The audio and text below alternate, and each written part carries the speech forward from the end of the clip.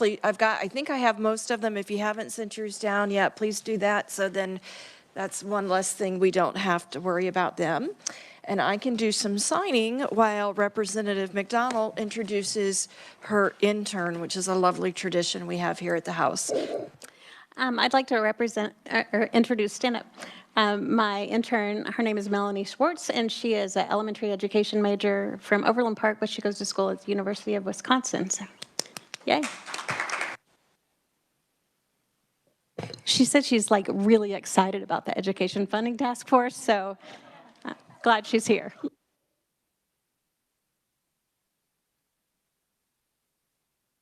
As she should be, because she'd like to get paid someday, right? We are going to get started and hop right into our agenda.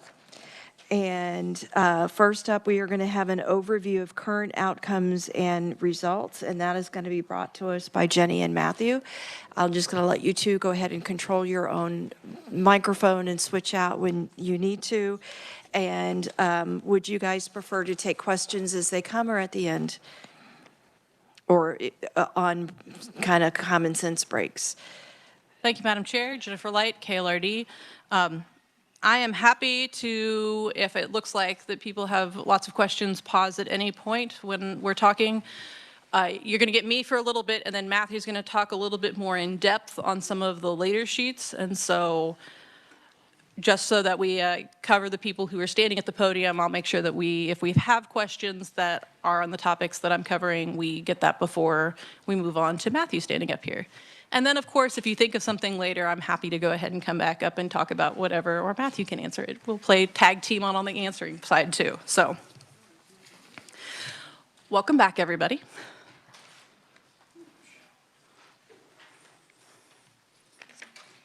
Thank you. So, you have a large packet of information in front of you. We did try to provide at least some of this last week to the members that we knew were going to be here. And then we did provide more last night. We appreciate your patience as we continue to try this new method of getting things to you slightly earlier. So if you did not receive something from us either last week or last night and you believe you should have, please talk to either Matthew or myself afterwards so that we can make sure you are on the list and we can figure out why you did not. I do want to start by saying that we're going to do an overview of what the outcomes currently are, but there is going to be further presentations by KSDE by Dr. Nugent. Did I say that correctly? So close. Okay. Later today, so if we can't answer it, hopefully she will have more insight than we do at the beginning of the meeting. All of that being said, I'd like to start with the first piece of paper in front of you after the celestial blue sheet, which should be a school district's student absentee rates for fiscal years 21 through fiscal years 2025. There was some discussion last time about absenteeism and what the last several years have been like, and so we wanted to make sure we provided to you a 5-year look back on what absentee rates have been. As you can see, as with almost all of the KLRD documents, we start with statewide totals and US totals at the top, and then break it down by each school district from there. In 2021, the statewide total was 17.5%, and in 2025, it is at 19.5%. So there is a slight increase of 2% from 2021 to 2025, but you can see that it has dropped significantly since 2023 when it was up at 21.8. The US totals that we have are from 2022 and 2023, and that would be 31% in 22, so you can see we are well below that at 24.5, and then 27.8% in 2023, whereas Kansas was at 21.8%. The tables have some color coding for them in the 5-year absentee rate and the school year 25 difference to the statewide total. As it gets darker in color, it increases. I thought we had put a key in here.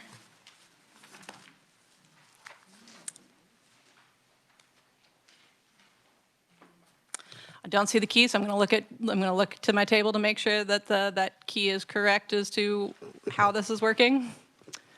Madam Chair, members of the committee, I apologize. That was on me. So the darker the kind of pink purple, the higher the positive numbers. So in essence, for the 5-year, the higher their 5-year average absenteeism rate.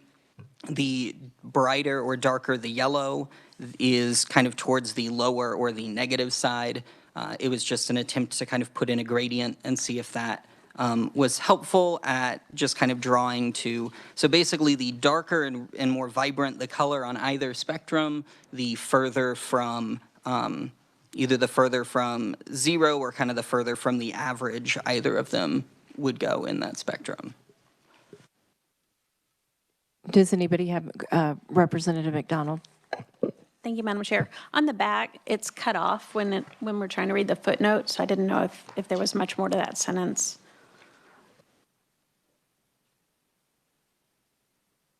I believe the rest of that sentence says it may not equal 100% when you're at the end. We will go ahead and get that updated for the online version of it, as well as make sure that the online version has the chart for everybody. Apologize about the cutoff, and we can get that fixed. Thank you. Did anybody else have any questions about the gradients or the key? All right, Jennifer, please go ahead. Thank you. Okay, that is kind of just the overview on absenteeism. If there is questions or comments that we want to talk about with absenteeism, I'm happy to stand for any now, or we can just move on to just the overview of the documents we have in front of us and take questions later. Chair Getz. Thank you, Madam Chair. Jennifer, thanks for this. On the not having U.S. totals in certain years, is there a definitive explanation on that, or just, I was curious? Sure, you can see that there are asterisks. On the last page, page 66, it says in 2021, there was data not consistently reported nationally due to the pandemic disruptions. And then for 24 and 25, their national figures have not yet been finalized and produced on from the national level. And so therefore, we don't have the totals for those yet. Once we get them, we are always happy to continue to update these tables for people. Thanks for showing me the asterisks. You had already answered my question. I just didn't look. Thank you. Vice Chair Erickson. Thank you, Madam Chair, and thank you for this. Just a couple of quick questions as you were looking at the data. First of all, I noticed Chase County on page 2. Is there any background or explanation as to why their numbers are like they are? The pink, and then on the right column, the difference is 71.1%. Is there, looks like they've got pretty high numbers there. I just didn't know if there was because that's an outlier to what we're seeing in the rest of it. So is there an explanation that you know of? Madam Chair, I don't have an explanation as I stand up here, but I'm happy to go ahead and touch base with the rest of my team and see if they had some extra information that I do not have, and we can get that answer for you. Yeah, I'm just wondering if something extraordinary happened to lead to that outlier there. My other question is, as you looked at the data, did you look at like percent of students so that we could get, are there patterns related to the size of district versus, you know, so we could maybe get some type of sense of demographic or size of district and absentee rate? Thank you, Madam Chair. Madam Chair, I know that was one of the things we discussed that we would be compiling for you. That is not ready as of today's meeting, just with all of the different aspects we were trying to get a little bit of everything to you for this meeting. That is still planning to come in a follow-up, which would be more of a ratio, not just of, so you'd get an idea of the density of districts as well as just the absentee. But that is a follow-up that will be coming in either in a later email or in a future meeting. Do you have a follow-up, Senator? Okay. It's been suggested that that 90% in 2005 for Chase County, I'm sorry, for 2025, might be a typo. Dr. Nugent? Yes, thank you so much. It might be an input error on their part, so it could have been something they submitted incorrectly, or that's pretty high, so it flags me immediately. I want to go back and check on that, but I would imagine it's an error on someone's part. Thank you. If you can let us know, if the department's watching, maybe somebody will send you an answer to that question. Chair Williams? Thank you, Madam Chair. So I'm looking at, I'm just going to use one as an example, 500, District 500, Kansas City. 4 out of 10 kids, over 4 out of 10 kids are gone on average at any one time. Is this part, do you know, and if not, someone else can maybe respond, is this part of accreditation to lower absenteeism? Because clearly there's a correlation between outcomes if you're not in your seat. Do we know? Madam Chair, I don't have information on that right this second. If we don't have any answer for you today, I'm happy to follow up with some more information. And Madam Chair, just one last Yes. item. This is really scary, honestly, because I'm just looking at their longitudinal performance for third grade ELA for Kansas City, and it's between 53.77 and 60.19% of your third graders that are not at, that are in the first level. That means they are below grade level at age 3. So I'm just putting out that alert and warning that this, I really appreciate this absenteeism because it's identifying part of the problem is they're not there. And pretty scary. Thank you. Thank you very much. Any other questions? Senator Francisco? Thank you, Madam Chair. I think it makes sense to look to see if there are just typo errors entering. And so I would also ask that they might look at 492 Butler Flint Hills because the 2025 information was 48.2. Thank you. We can certainly put that on our request. Dr. Nugent, did you catch that one? Okay, thank you. Any other questions or comments? Seeing none, we'll move along. Okay, the next document that I'm going to talk about is the 11/17 that says Kansas Comparative Information fiscal year 2007 through fiscal year 2025.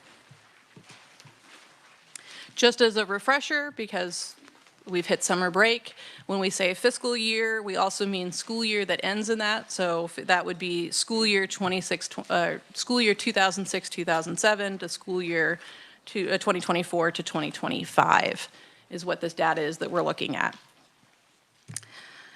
So this is a high-level overview of documents and an updated version of a document that you all received last year from in this task force.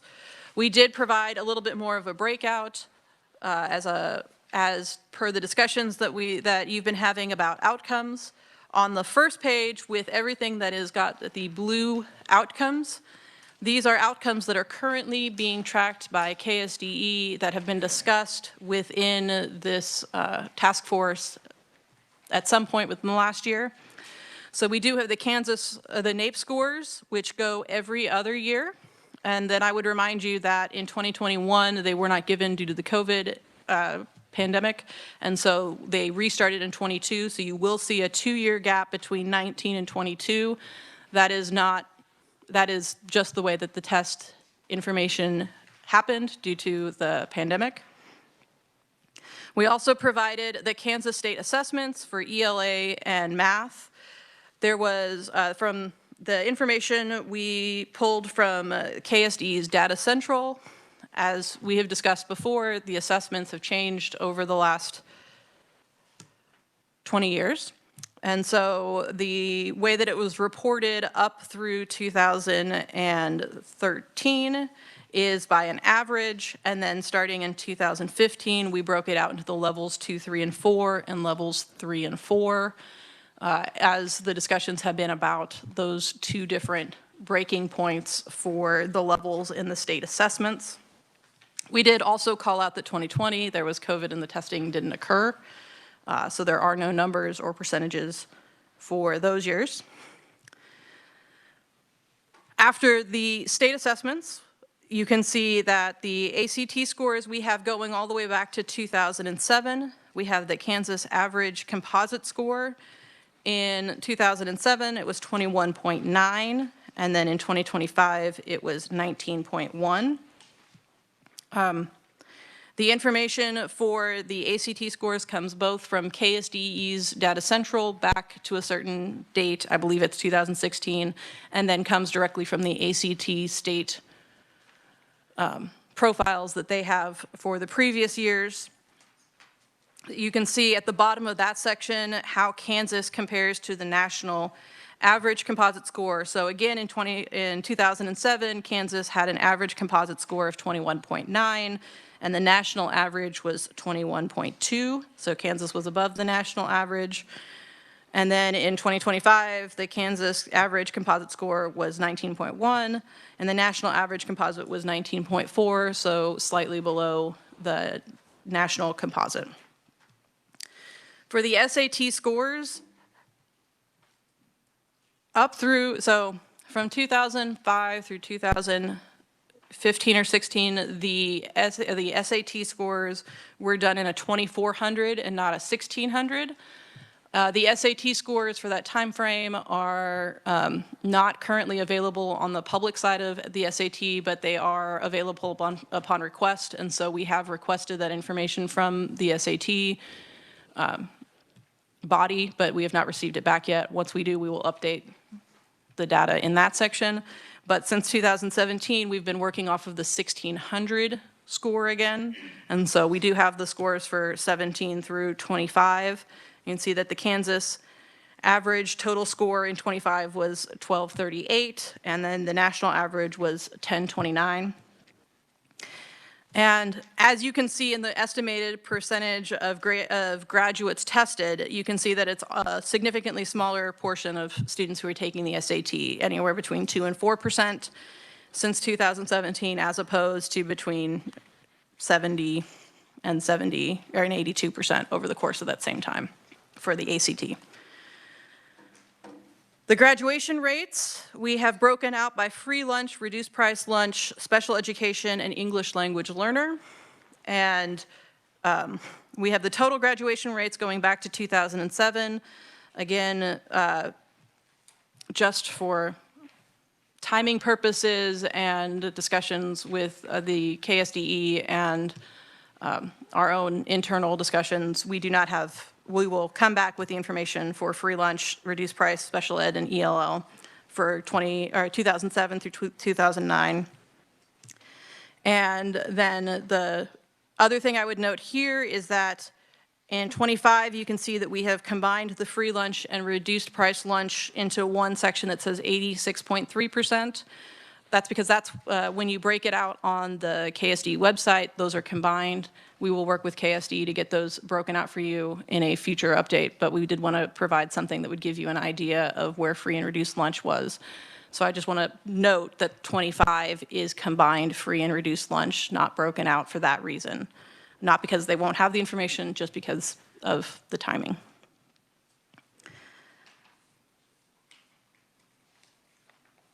All of this is stuff that we have discussed at different other meetings. I'd be happy to stand for questions on that before I move into the post-secondary success, or happy to finish that off and then stand for questions on the outcomes side of this paper. I think I will go ahead and continue. No? Thank you. Representative McDonald. Thank you, Madam Chair. I was just looking at graduation rates and was curious about national graduation rate averages. I don't think that's on here. So if you wanted to add that, that I think would help us have a little context. Thank you. We can absolutely get that. Chair Williams. Thank you, Madam Chair. Thank you for putting this together. So just making sure I'm reading this correctly. So it looks like the NAEP score starting in 2007, Kansas was really killing it, between 4th highest in the nation to 14th. And then now we're kind of now reaching middle to second, not the top half anyway. So my question is, it looks to me that if you look at our state assessments on level 3 and 4, which is what is considered proficient, that it seems like there's a correlation with NAEP except for last year. Am I reading that right? It's trending the same direction. And then if so, I guess my question is, would we expect to see NAEP scores in 2025 to go up by 10 points since they did with our state assessment, since there's been this correlation? Just wondering. So, Madam Chair, it's my understanding NAEP scores are given every other year, and I believe they won't be given until, or they were given this spring for the 26, and so we'll see the 26 numbers, not a 25 number. It is possible that it would be the same sort of trend since they are different students being tested in 4th grade and 8th grade at that time, as opposed to the same students being tested in 4th grade and then 6th grade in 26. I would hesitate to make a decision or a declaration on what the NAEP scores are going to look like for this year.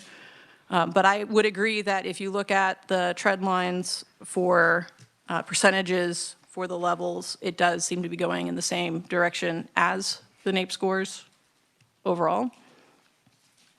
Thank you, Madam Chair. Thank you. Any other questions? Dr. Gibson? Yeah, thank you, Madam Chair. And if I can go back one additional step first to the last, because I'm going back to the previous presentation, then I'm going to jump back to this one on absenteeism rate. Can we talk about the methodology? Because, for example, I look at the district in which I serve. We reported to the state that our attendance rate in 2025 was 95%, but that's not what's reflected here. So I didn't know if the methodology was different as to what we report for KSD and what's public, or if there was a different metric used on calculating that.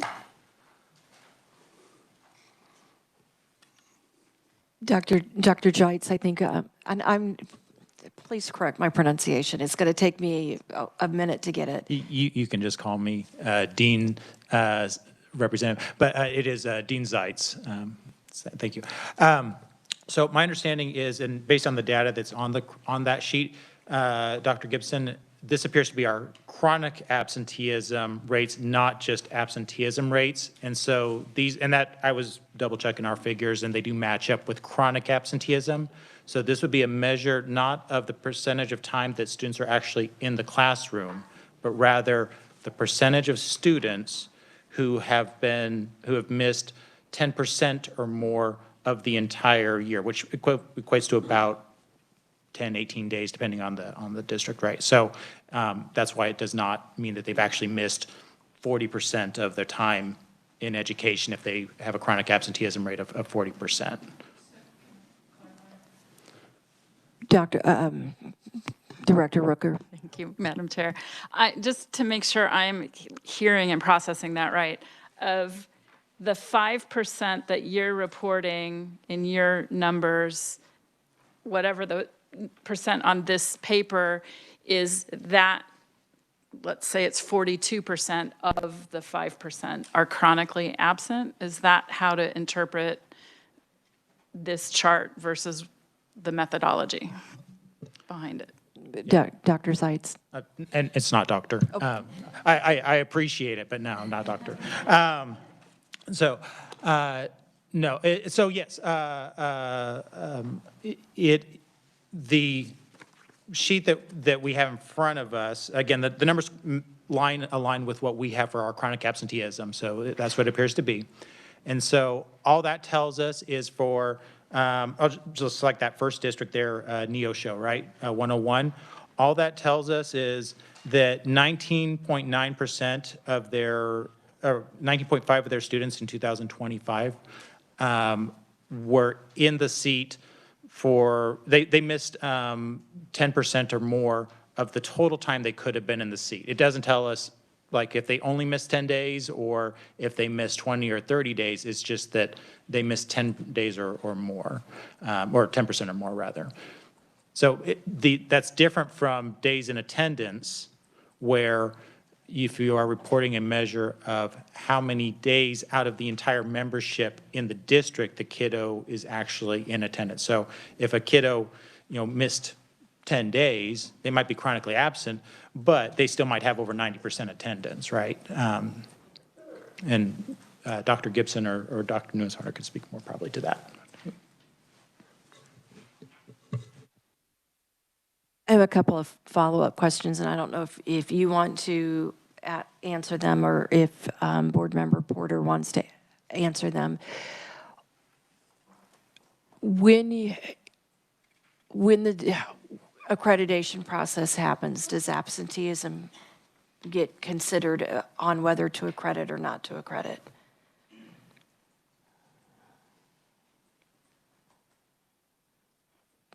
It is a requirement that they report their absenteeism rates. No, that they have an acceptable low rate of absenteeism. It is a part of their district report card, but it does not hinder whether or not they are accredited based solely on attendance. Thank you. That surprises me. On that, I had Dr. Neinswander and Representative McDonald. Dr. Neinswander. So to look at the attendance rate numbers, in our district, for example, if we have a 95% attendance rate, that means throughout the year, we average 95% every day of the kids in there. The chronic absenteeism is at a student level. And so for our district, we might have 13.2% of our kids missed more than 10% of the year. And that could be for any reason. But it is one of those things, whether it's doctors, whether it's excused, unexcused, but that's tracked because, back to what Representative Williams, there is a correlation between chronic absenteeism and graduation rates, academic performance. So with our accreditation model, that is one of the key factors that we work on, is to make sure we're addressing why kids are missing more than 10% of the school year. But that's on a student basis, not a daily, how many kids are in the building. Both Senator Erickson and I have a follow-up. I'm going to let her go first, and then I will go. I haven't forgotten you, Representative. Thank you, and I appreciate it. I believe I heard Dr. Newenswander say, and correct me if I'm wrong, that chronic absenteeism affects graduation rates. However, if you look at the data, chronic absenteeism has gone up, and graduation rates have gone up. So how does that square? So Dr. Neinswander. So when we'd work with a school district, if their graduation rates were low, we would always tell them first, go back to the early years and look at why do you have so many kids? Because when you look at an individual district, and I know statewide numbers are, an average of 285 school districts, but when you look at an individual district that has low graduation rates, there's most likely a correlation that they also have high chronic absenteeism. And it's just one thing that they need to look at and address. That doesn't mean necessarily every district. We have a high graduation rate, but we still have 13% chronic absenteeism, and it's something that we address heavily, because if we don't turn that around by the time they get into high school, there is a correlation. It's not an exact, but that is one thing that we would always coach districts. You got to go back to the early years, because one of your core issues is you have a lot of kids missing.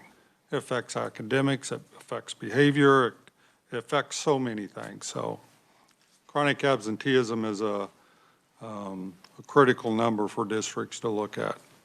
Senator Erickson.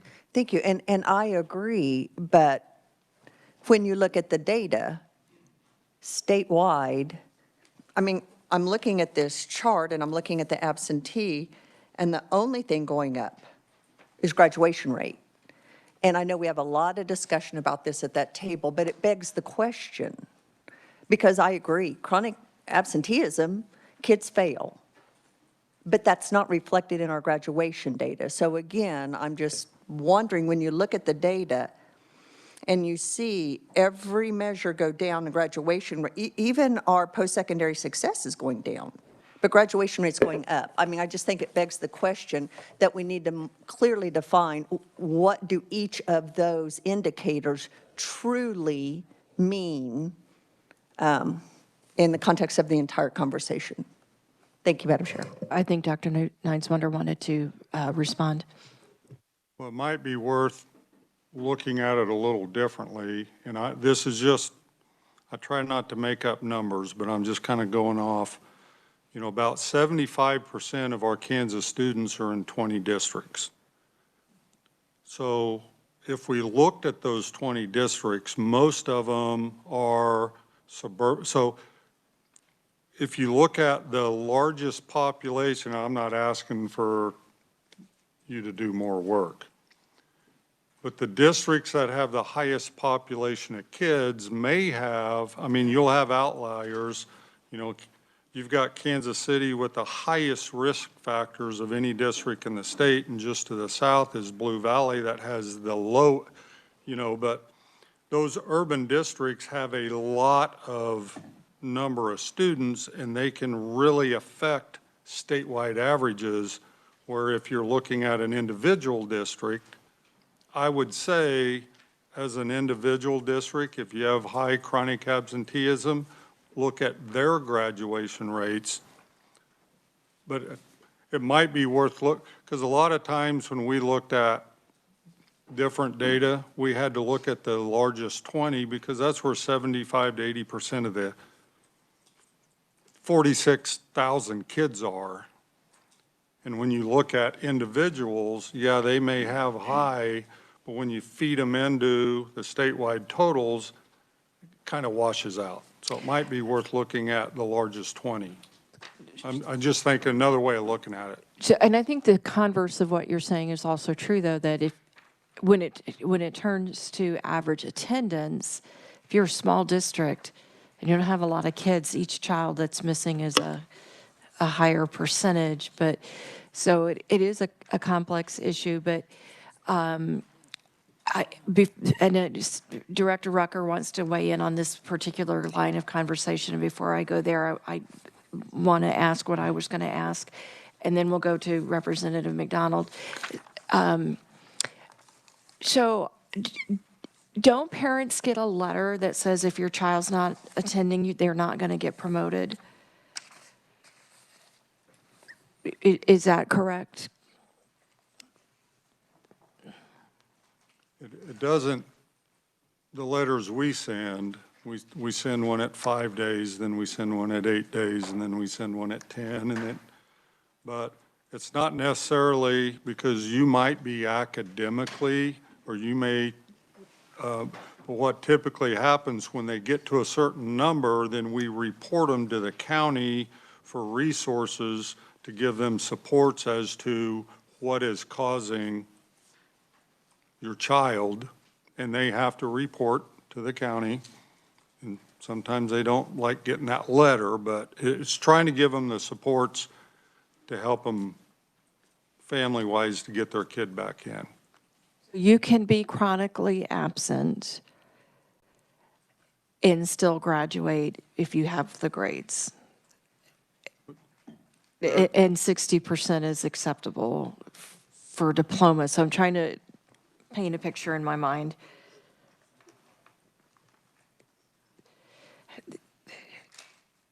So that just kind of seems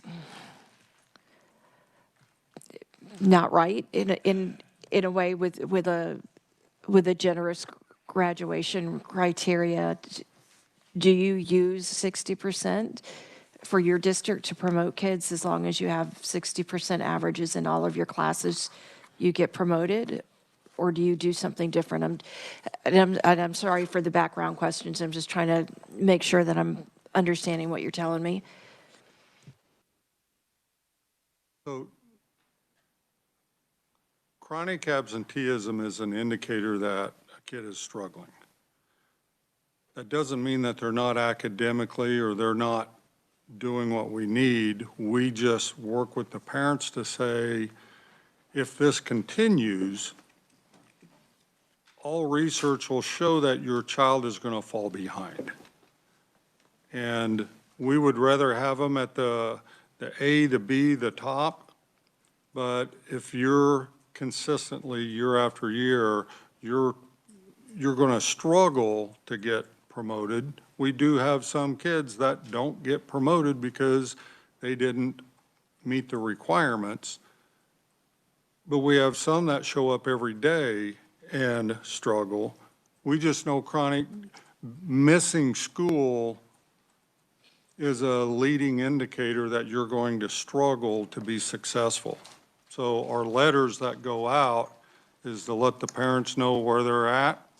And then at some point at 10 days, they have to go to a county resource to get supports because, it's not always the child's fault that they're not there. Thank you. Director Rooker? Thank you, Madam Chair. I don't want to discount that there are plenty of reasons why a child who is chronically absent may be an indicator of real problems.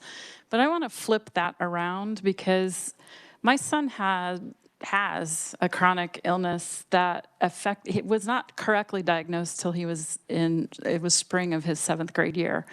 We worked very closely with his school administration because he was just physically not able to always show up to school. Therefore, he lapsed into this category. Jack is currently in his 2nd year of residency at University of Vermont Medical Center. So he clearly had the intervention and support at home to help, and from the schools that he attended, to help get us through a really rocky period of his life. And I don't want to discount that there are valid reasons why a child might be struggling to have his little self in the seat in school, but not necessarily reflects an indicator that he's on track not to meet benchmarks and graduate appropriately. I also would be careful with socioeconomic factors that play a part, because you have parents of affluence who say, we're going to take a 2-week trip to Europe. Now their kid has missed 10 days of school, and it takes 1 round of flu in January for that child to tip into the red zone of chronically absent for reasons that have nothing to do with academic inabilities to keep up. So this is an interesting chart to look at and one piece of information, but I would be careful about drawing too many hard and fast conclusions from what we're seeing in this data because of all of the different variables that might come into play. But at the same time, I wouldn't give outliers too much power, because I think some of what you cited is an exception that proves the rule. Representative McDonald. My thinking was a little bit along Director Rooker's, because I needed some clarification.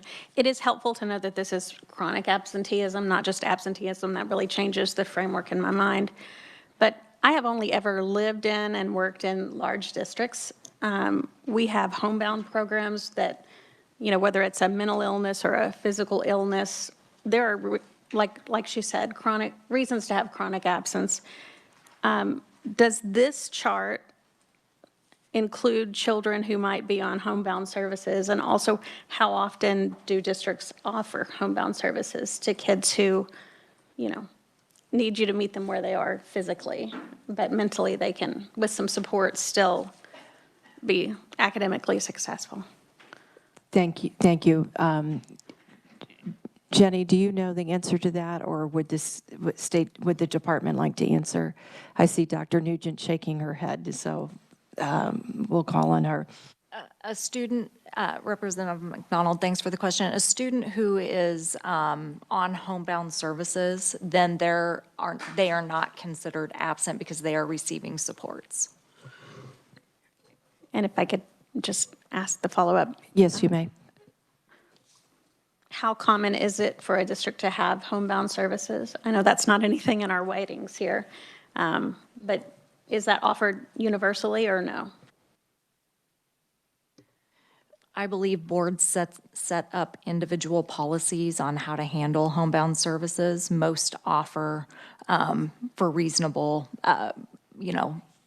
reasons. I haven't ever served in a district that didn't offer it when the need arose.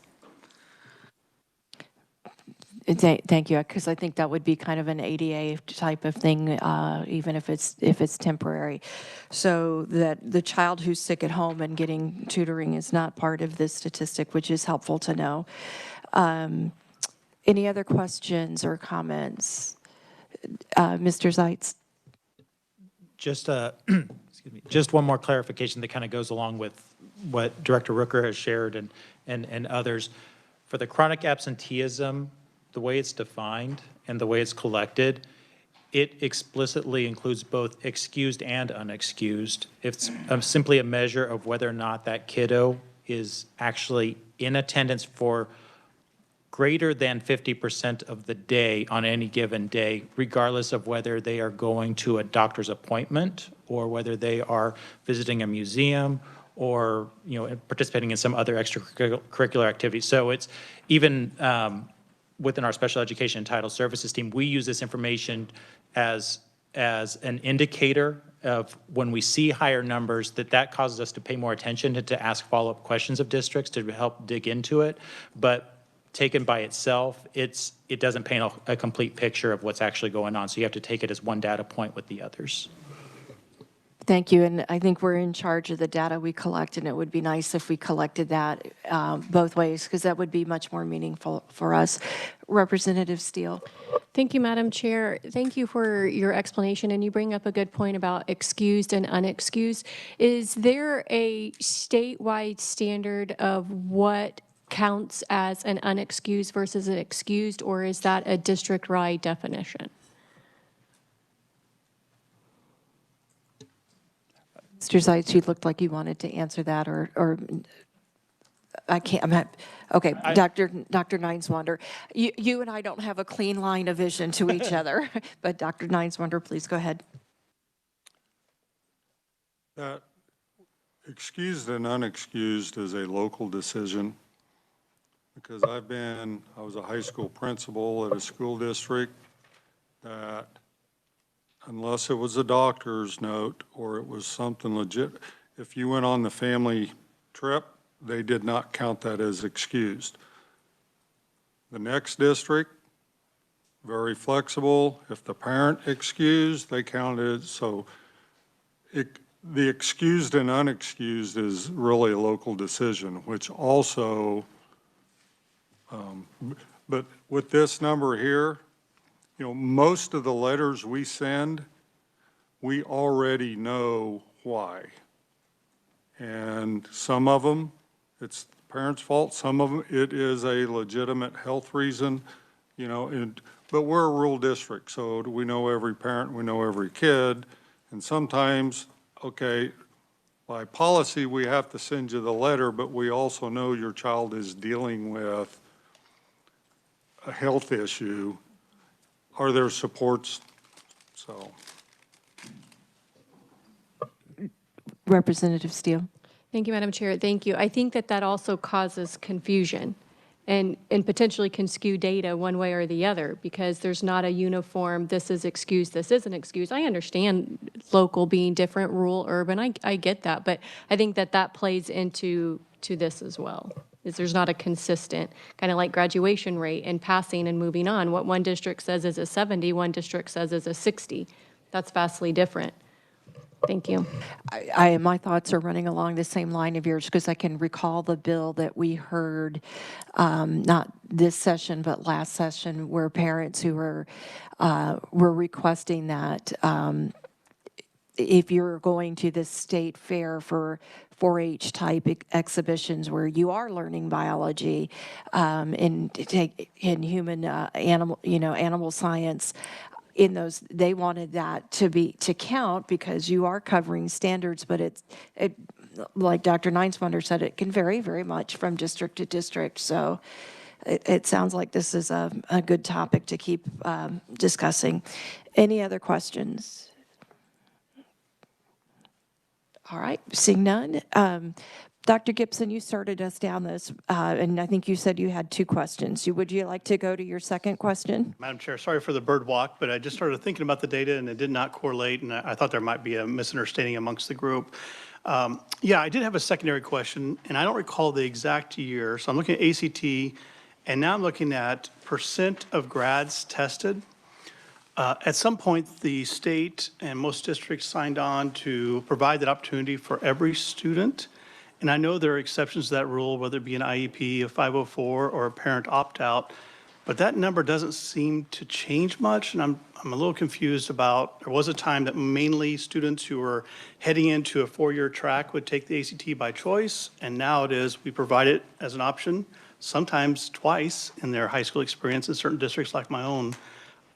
I'm confused a little about that % of students participating. Thank you for Dr. Gibson for that question, because I put that in because when I was a freshman legislator, we were waiting to see how the anticipated spike of kids who were getting tested would change that. And I was told that number actually stayed kind of flat, but I'm going to let Jennifer put the official methodology there and what they found on it. So, Madam Chair, I do know of what Dr. Gibson is speaking. I don't have at the top of my brain what year that happened, so I would have to double check what year that happened. My understanding was from conversations with KSD over the time is that it didn't produce a spike that was anticipated in more test taking by students, that the amount of students stayed about the same, but due to the fact that it was being paid for, there was less burden on the parents that were happening at that point. Happy to double check what year that was and get a little bit more information on that. Thank you. And we do see some variance because in 2020 that was 82%, and now we're at 73%, which is kind of where we were that far back. But I think Dr. Nineswander is doing a very good Dr. Harwood impression and being our phone a friend today. Dr. Nineswander, go ahead and help us out. Well, it was just because I met in the basement here with a few people that are even in the room. And because I was there at the time. So if you look at from 2019 to 2020, we jumped from 72% of our kids taking the ACT to 82%. And then it went down to 79, and then it dropped back down to 73. I don't know why, whether that was COVID time, I don't know why, but it's kind of like there was a spike, and you can see I remember that year we dropped our composite by a full 1%, and then participation started. I don't know if it was not as exciting anymore because it was free, but I believe the year that the legislature started paying for it was the 2020 school year. And that was the year, because I remember my son was the first year that it was paid for. I was like, yes, let's get this through. And then COVID hit. But I believe that was the first year. Nick, were you wanting to confirm that that's the correct year? Thank you. That's the same year. Thank you for that history, Vice Chair Erickson. Thank you, Madam Chair. And this may be a question that we need to get an answer to, but as I'm looking at that, I'm just curious. the state contract with ACT, what is it? Is it based on the number of students who actually take it? Is it based on we pay for every student whether they take it or not? I'm just curious as to how we pay for every student to take it, because it doesn't look like there's, you know, an increase. If we were wanting to remove a financial burden, it just doesn't look, we had that 1 year of bump up, but it doesn't look like that's sustaining. And I might throw out a very unpopular notion here, but, you know, our scores are going down. I don't know about the rest of you who've been parents, but when my kids had to pay for their own car, they took a lot better care of it than when maybe mom and dad gave it to them, and maybe there's not the skin in the game. I don't know how we get around that, but paying for it for every child, I don't know, but I'm more curious about how we fund the test for every student. So, thank you. Dr. Nineswander remembers some of that history. Dr. Nineswander. So during the time of the contract with ACT,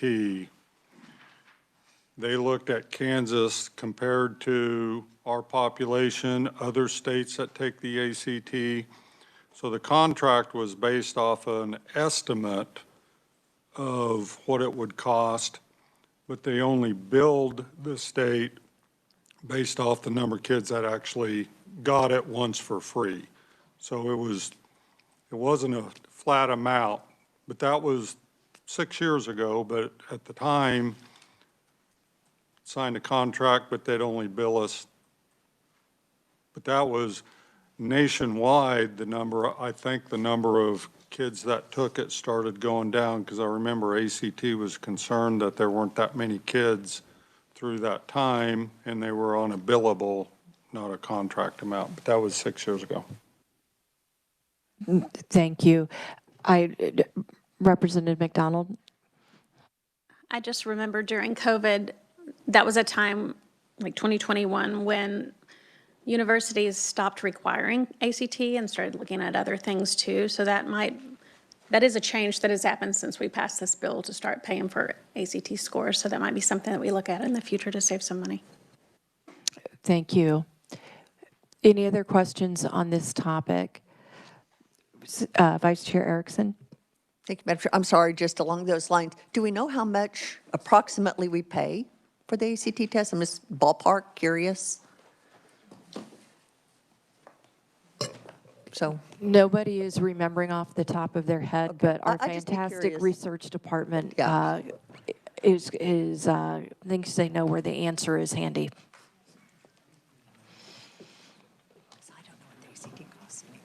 And then after this line of questioning, we're going to take a break and move to the 1 o'clock portion of our agenda, and we'll come back to this presentation because we do have someone on Zoom.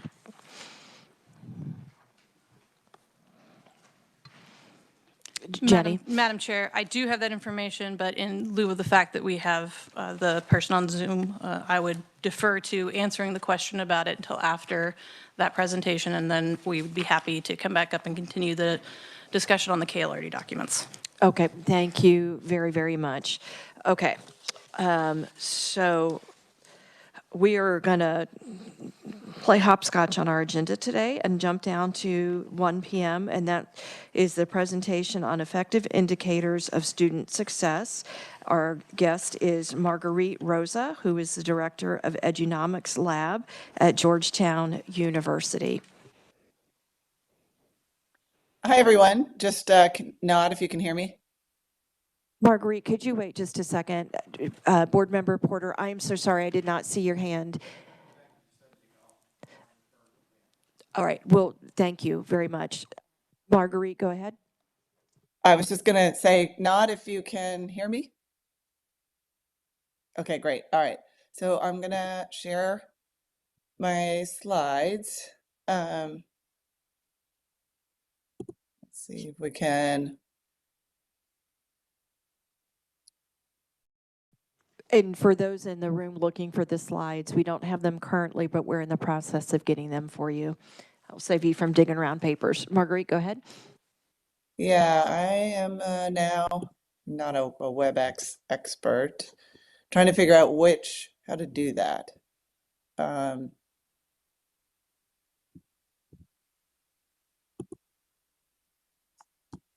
It's not, you just see the WebEx picture, right? We do. We're getting your PowerPoint sent to our tech person, and they should be pulling that up very shortly. Okay, let me try something else here.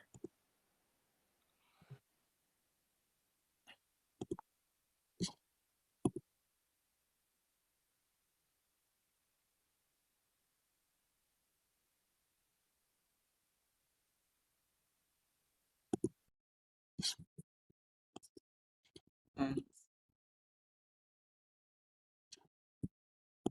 Yeah, I'm not seeing a way to share my slides. Okay, our tech operator in the room has a copy of your slides, and he's the one who will pull them up if I'm, and he's nodding his head yes. So very shortly, you should see them. You should see it pulled up in front of you. I apologize for the delay. Yeah, no problem. So I was essentially going to share them from my screen, but it doesn't seem to want to let me do that. I'm not really sure why. But um, but I'll just give you a little bit of context. Edunomics Lab is a research and data and training center at Georgetown, and we do a lot of analysis that is designed to help education systems use data to drive improvements. And so I'm bringing some of our data today.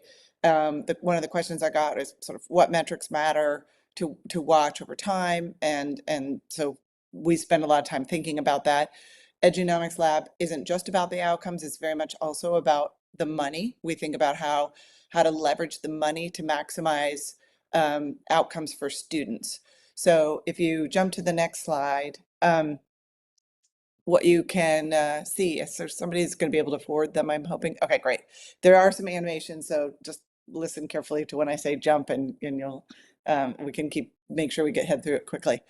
Sorry, yeah, but we have, so here what we have is in Kansas, what you see is an ROI graph here on the right. And spending is over the last decade or so has outpaced inflation, not by a lot, but just by a bit. And that you can see are two metrics that we think are of critical importance. And these are NAEP reading, fourth grade reading, and eighth grade math. And I'll give you a sense of why we think those are critical. But in fourth grade reading is foundational for students to unlock the rest of what K-12 education has to offer. If we haven't gotten kids up to speed on reading by fourth grade, really either we're spending a lot more money on students through their special education programs, or they're sitting in classes not getting the full value out of those classes of all different subject matters. It appears that most kids really can learn to read by fourth grade. And if we give kids proper instruction and proper opportunities to practice, most kids, even kids with reading disabilities, should be reading by fourth grade. So we really carefully want to track those scores. That's why that one matters. As you can see, that trend, obviously it fell during the pandemic, but it was falling before and falling since. And the next time NAEP scores will come out is in January. And the reason those scores are helpful is they help us gauge things across time, even when states change assessments and so on. The next score that matters critically for what we look at, especially at a state level, is eighth grade math. And that's because eighth grade math is predictive of so many different outcomes for students, for themselves, for their graduation opportunities through high school, what they do post-secondary, if they happen to go to college, what kind of majors they take on, whether they graduate from college, what careers they have, whether they go to college or not, their lifetime earnings, and even more so, the state's future economy. So, it just seems like it's one score, but it's a score that is predictive of all these other things that we care about for individuals and for populations. And so we don't want to see drops in that one. And what you can see here is not unlike many other states in the country, but that Kansas has fallen over the last decade with a recent bit of an uptick in math, but really a long way to go.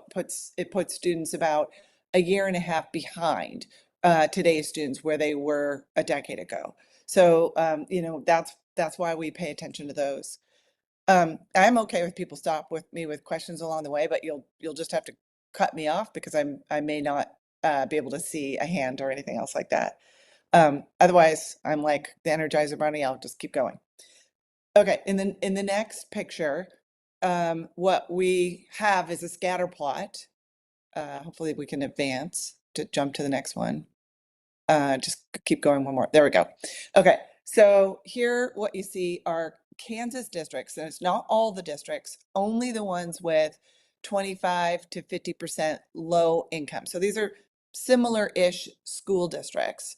These are their fourth grade reading scores and their per pupil expenditures. And just for a second, a way to read this graph is the circles are all districts. The smaller ones are smaller districts. But in the upper right-hand corner, those are districts that spend a little bit more and get higher outcomes. And as you go clockwise, so down to the right, these are districts that also spend a lot but have lower outcomes. Move to the lower left, those are ones that spend less and have lower outcomes. And then in that last quadrant, I guess up at the upper left, these are ones that spend less but are beating the odds for the students that they serve. We would call those our ROI superstars. And if you click 2 more times to advance the slides, 2 circles should pop up. There you go. So let's just compare these two. And the one in the upper left is a district. It has somewhere between 25 and 50% low income students. And it has some really strong outcomes for fourth grade reading. It's not spending more than the average, and yet you're up there at over 70% of its kids are on grade level for reading or are at level 3 or 4 on the Kansas assessment. In the lower right hand, what you see is the opposite. You see some more money there, but you know, down there at roughly a third or lower of the students are reading at grade level. And these are the kind of data metrics that I think, you know, that we find that districts need to grapple with regularly if they're going to seriously commit to getting their students back up on track. What we find is that district leaders, principals, even teachers in the lower right-hand quadrant don't know they're in the lower right-hand quadrant. When confronted with that, usually what they say is, well, we have a lot of high needs students that we serve. And I say, well, actually, all the districts that you see here have similarly, you know, 25 to 50% low income students. And then the next phrase is often like, well, we don't have much money. We don't have the resources to be able to do everything we want. And then the response is, well, actually, you have more than potentially average resources, at least in this state. And then that is when leaders take seriously the task of trying to fix it. How do we turn around and get better outcomes for our kids? But they have to go through this iteration of thinking about it. The data can't be something we don't really look at most days, or that we go all the way through budget season and we don't, you know, acknowledge. It has to be something that we're confronting and engaging with all the time. So I don't think we need new metrics. We just need to use them. So if we go to the next slide, and you know, I said 8th grade math is one I care about a lot here. I pulled the slice. These are just districts with 50 to 75% low income. So these are higher poverty districts than the previous picture. By the way, all of these data, you can see which districts are which, are on our website. And the link there, I think I put in South Carolina, but should be Kansas scatter plots. But if you go to the Edunomics lab and look for the scatter plots, this is where they are, and you can, the link should be on the slides, but I think I may have put the wrong state on. Anyway, so I had South Carolina on the brain for another project in the last couple of days. But anyway, so these are Kansas districts with 50 to 75% poverty. These are their 8th grade math scores. And again, if you click 2 more times, some more circles will pop up, but you can really see that individual districts are getting wildly different outcomes with their dollars. So what we would see here is that we've got to figure out how, for the districts on the lower half of the curve, how they can rethink the way they're committing their resources, recommit to getting these kind of outcomes, understand that if you're at fewer than 20% of your kids that are at grade level for 8th grade math, we have permanently affected their future. And find ways to refocus on getting these metrics up. And when we find that when people at all levels in the system kind of grapple with the data and wrestle at it and go through all the stages of processing what could possibly be standing in the way, how can we fix those things, and get to the point of rolling up their sleeves, then that's when you start to see broad system-wide improvement there. So you, yes. What page number are you on in your PowerPoint? So that would be page 4.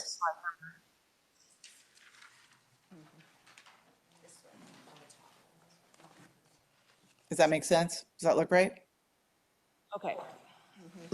Thank you. We now have our hard copies, and the room was trying to figure that out. Okay. You may. Well, if you go look up the data online, you'll see I made a mistake in the footer. It says SC-scatterplots. If you want to look up the scatterplots, then the Kansas one would be KS-scatterplots. So they're by state, but they're all on our website. You can mouse over every circle and see which district it is.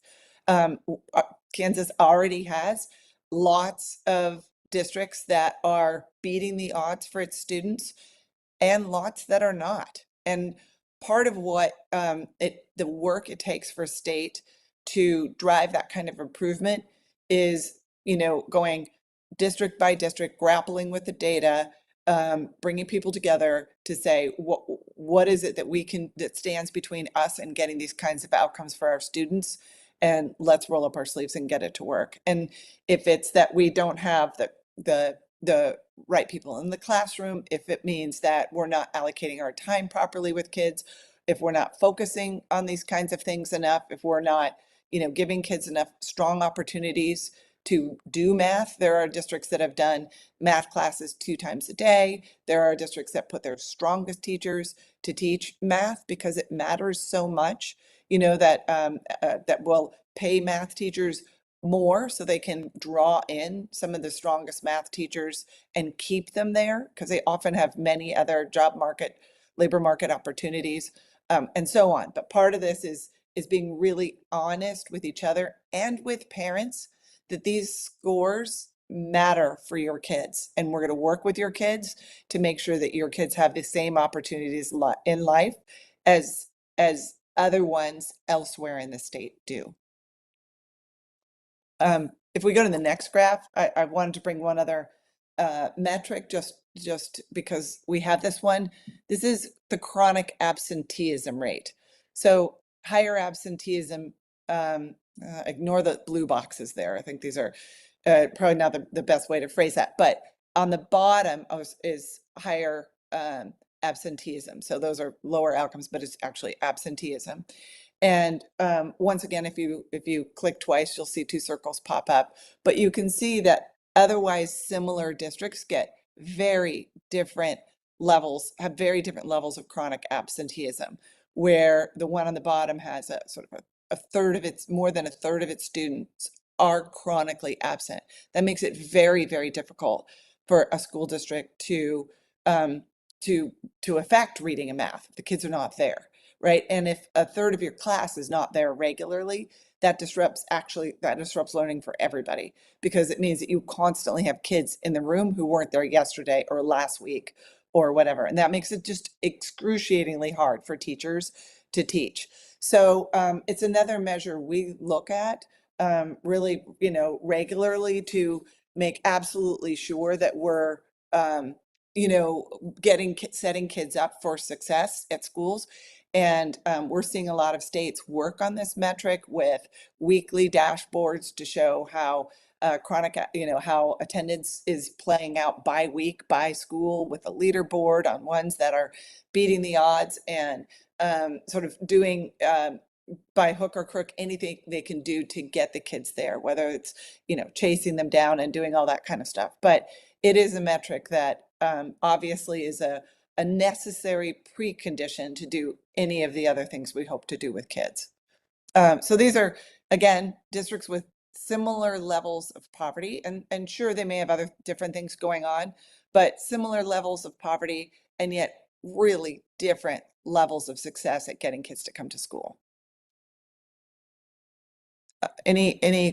Before I move on, I just wanted to, okay. Yes, Marguerite, you did have a question, Director Rooker. Thank you, Madam Chair. There will be other questions probably when this is all complete, but just to understand the scatter plot graphs, are we looking, when we talk about student outcomes, this is the NAEP outcomes you've singled out for this presentation? That's how this is? No. So NAEP only gives you a state score. It will not give you a district or a school score.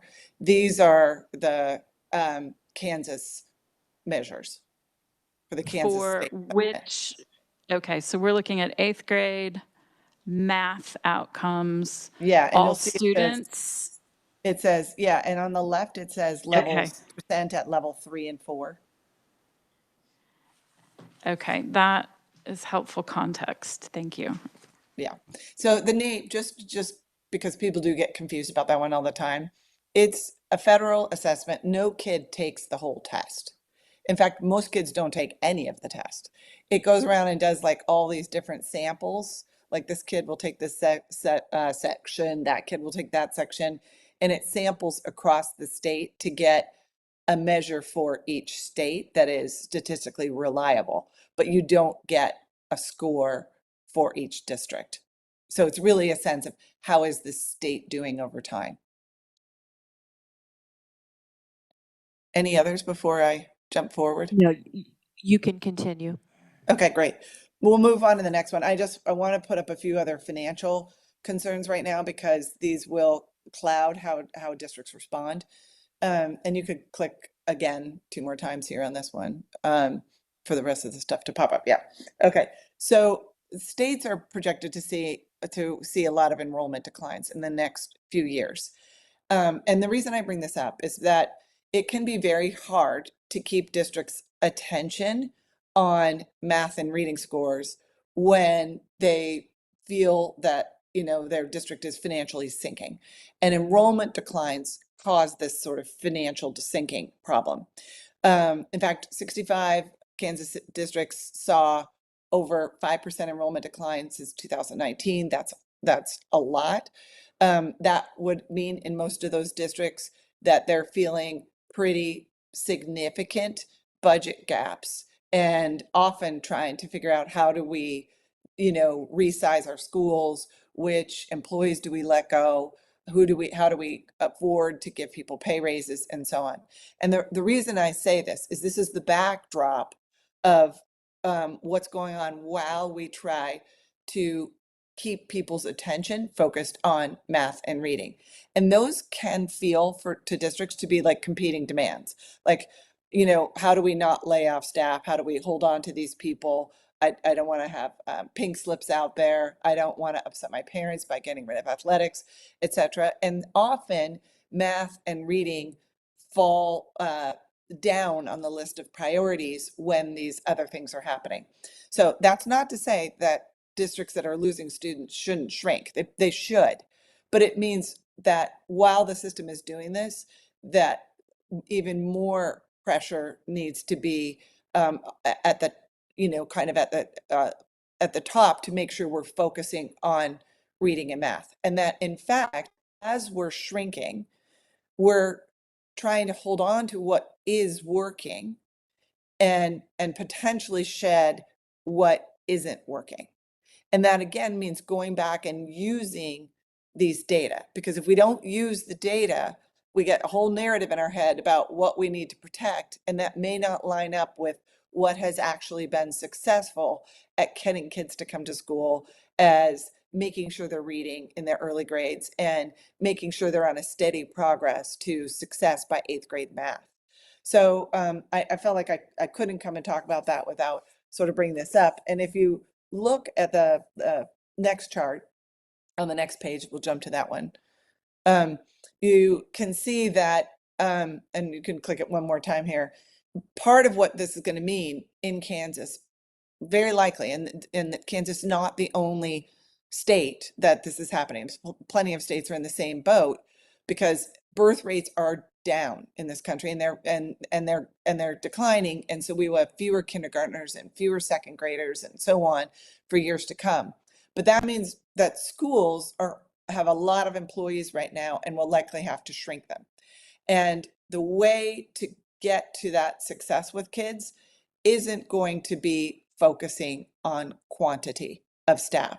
It's going to be focusing on quality.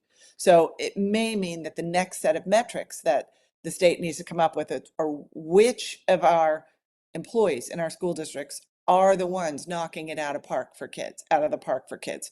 Where do we have individual reading teachers or math teachers that are getting a year or more's worth of growth out of their classrooms? And that is a metric that states can do, and then states can take steps to make sure we're holding on to them. And whether that's like naming them as star teachers, and star teachers get an extra $10,000 as long as they remain in the state and continue to teach math or reading, those kinds of things. Or principals where students have seen outsized growth, the principal effect can be really also significant. And then we want to keep those principals in the state and continuing in those roles. A lot of times what we see is as soon as we have a successful teacher, we take them out of the classroom. And if we liken teaching to sort of like a basketball game, we don't want to take our star shooter off the court and pull them on the side and say, you can coach all the rest of them. You really want them on the front lines working with kids. If you look at the next chart on the next page, we jump to that one, that is some other data that we have on our website, and that is what's happened to staffing over time in Kansas. And you can see that the state has been losing students, so not surprisingly, the fewer teachers, but a lot of the addition has been in the category of paraprofessionals. You can click twice more or 3 times more here to get those numbers up. Yeah, and then one more time. Thank you. So the addition has been around paraprofessionals. Generally speaking, paraprofessionals aren't associated with delivering progress in reading or math. And and schools love having more paraprofessionals around, but that is rarely the case that translates to greater improvement for students. So often the positions get associated with special ed and so on. But again, if we can focus on core instruction in reading, fewer kids will get referred to special ed. Behavior tends to be better when you have stronger teachers, and you avert a lot of these downstream problems. The second circle there shows that we've been adding positions that are likely former teachers that were strong and moved into these non-teaching roles. And again, here, the idea is, how do we keep our best talent in the core classroom roles versus these kinds of promotions? And that'll be especially important over time, even as Kansas school districts might start to shrink. So we don't want to lose that talent, but we want to hold on to it, but we want to make it student facing. And that's really the last picture that I had to show for you. Is the next one you'll see coming up. Can you go ahead and forward one more time? Thank you. Just go ahead and hit forward until you see all the stuff pop up. There we go. Yeah. So schools now tend to have more of these interventionists, reading coaches, assistant principals, administrators, etc. Those were classroom teachers that got promoted. Often we maybe went in, got new hires from the labor pool, brought them in for the teaching role. But about the most important thing we can do is to make sure we have really that strong talent in the classroom. And that's kind of the next critical data element. A strong teacher can have an effect on a student's life 30 years later. And not just like from a sentimental point of view, like, oh, I remember my, 4th grade teacher really believed in me. I don't mean just that. I mean, we can track it to future income and all these other kinds of metrics that we need for our students. So we need to be doing using the data to check where our classroom's really successful with students learning, and how do we hold on to them and keep them in the classroom versus potentially adding this new layer. So that's what I brought for you today. I'm happy to answer any questions. There's a thank you slide at the end, and a way to reach me if you want to reach out. All the data we have on our website is interactive. You can log on to that, but I'm happy to answer any questions or comments that you have. Margaret, thank you very much. Questions? Representative Steele. Thank you, Madam Chair. Thank you, Margaret. Great information. I was just curious if you noticed any nationwide trends around that 2016-2017 timeframe. I'm just curious if other states fell at that same time, or if maybe there was a major change in how education was, if anything specifically changed in Kansas that would have made our English and math scores start decreasing. Yeah, actually, the patterns are not unusual nationally. And something did happen in 2015, and that was ESSA, a federal law. And ESSA, the federal law, basically walked back a bunch of the No Child Left Behind federal accountability and said, you know what, we're going to turn it over to the states. The states are going to be in charge of their own accountability now. And really, it seems that that it coincides with a lot, of the beginning of some decline. Now, it's not the only thing that happened. Technology, right? Cell phones, all sorts of other kinds of things coincide with that. But the one thing I'll say is that the patterns across states are different. So a lot of them declined, but not all. So some states, and I'm sure you've heard about Mississippi as an example, but there are others where state leaders took it upon themselves to really actually commit to driving continued improvement, and they did. So I do think there are these other environmental factors, including technology and cell phones and social media and all those kinds of things. But at the same time, it's clear that states can have an effect on the averages in their states. So where states have done that, they've said, we're not taking our foot off the pedal when it comes to reading and math. We are going to examine our data. We're going to have all these, we're going to tell parents if their kid is behind grade level. A lot of parents have no idea. We're going to tell teachers if their classrooms are not getting the same kind of growth that we would expect from their mix of students. We're going to examine our data. We're going to drive science of reading type reforms so that everybody's actually teaching the kind of phonics-based curriculum in the early grades. We're not going to take, sagging math scores as a given. We're going to jump in and address those with additional tutoring, mandatory summer programs, all that kind of stuff. And I think the states where we're seeing that more progress, even in those interim years, are the ones that didn't blink when that 2015 federal law changed. Do you have a follow-up, Representative? Marguerite, thank you very much. I have in the queue Senator Erickson, I'm sorry, Director Rooker, then Senator Erickson, and then Representative McDonald. Director. Thank you, Madam Chair. Thank you for the presentation. I have a question about the change, the graph with the spending and the NAEP scores and inflation. This does not unpack the elements of spending factored into the total that's being reported for Kansas, and it would help us greatly understand what it is you've categorized in that to graph the total spending. Can you explain the methodology to that? Sure. I mean, this is a federal measure that includes annual operating costs. So it would include pretty much everything, state, federal, and local dollars, not facilities, like major debt, facilities improvements, things that are not single year, that are not annual expenditures. So it's the Sorry. whole pie. So does it include like the retirement benefits, like what we call capers in Kansas? It includes the public investment in retirement, yes. And it does that for every state. So, Okay. because that's an annual expenditure.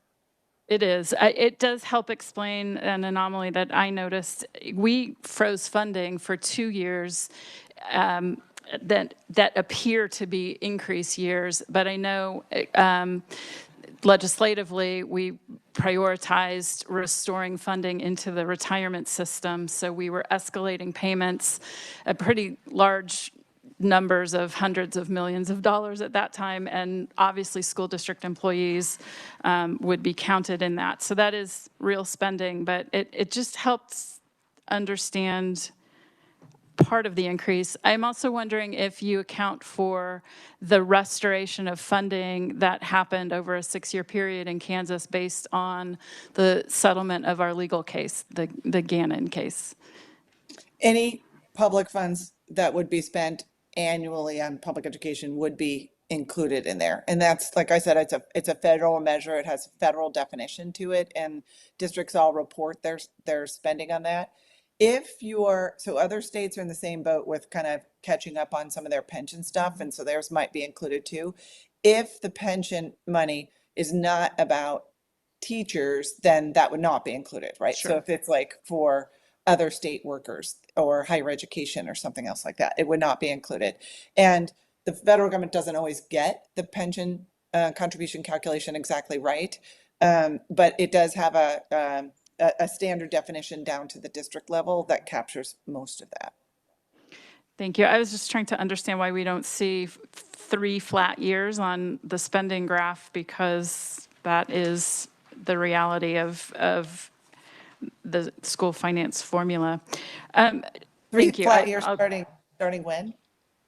Well, we passed law that repealed the state finance formula.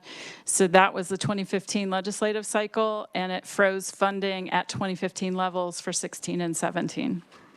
Okay, so 17 shows some, so yeah, it depends on, because it does look flat before that, right? It does look flat up through 2016. It was actually flat, and this does show a variance. It froze funding. It didn't matter if population changed in the head count of a district.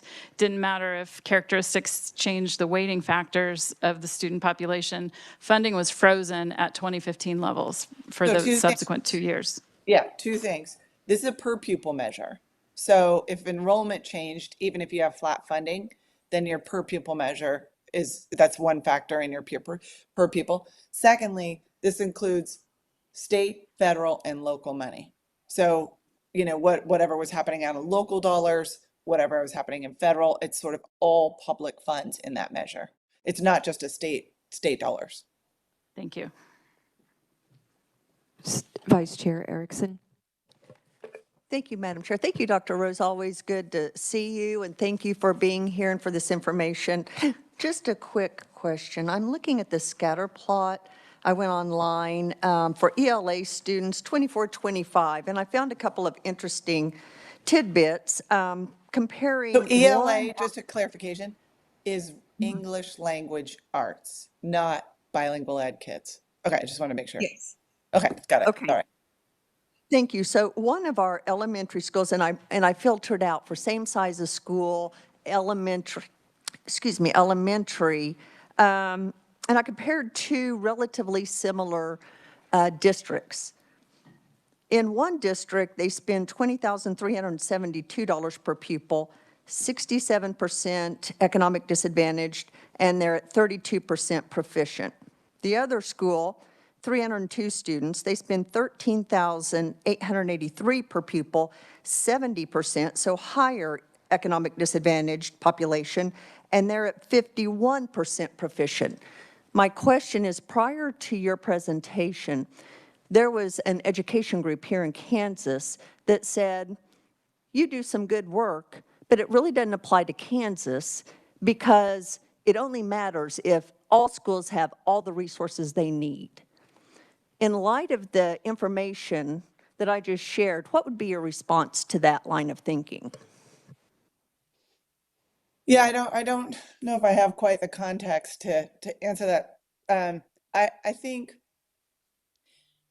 every state in the country, every district in the country believes they're underfunded.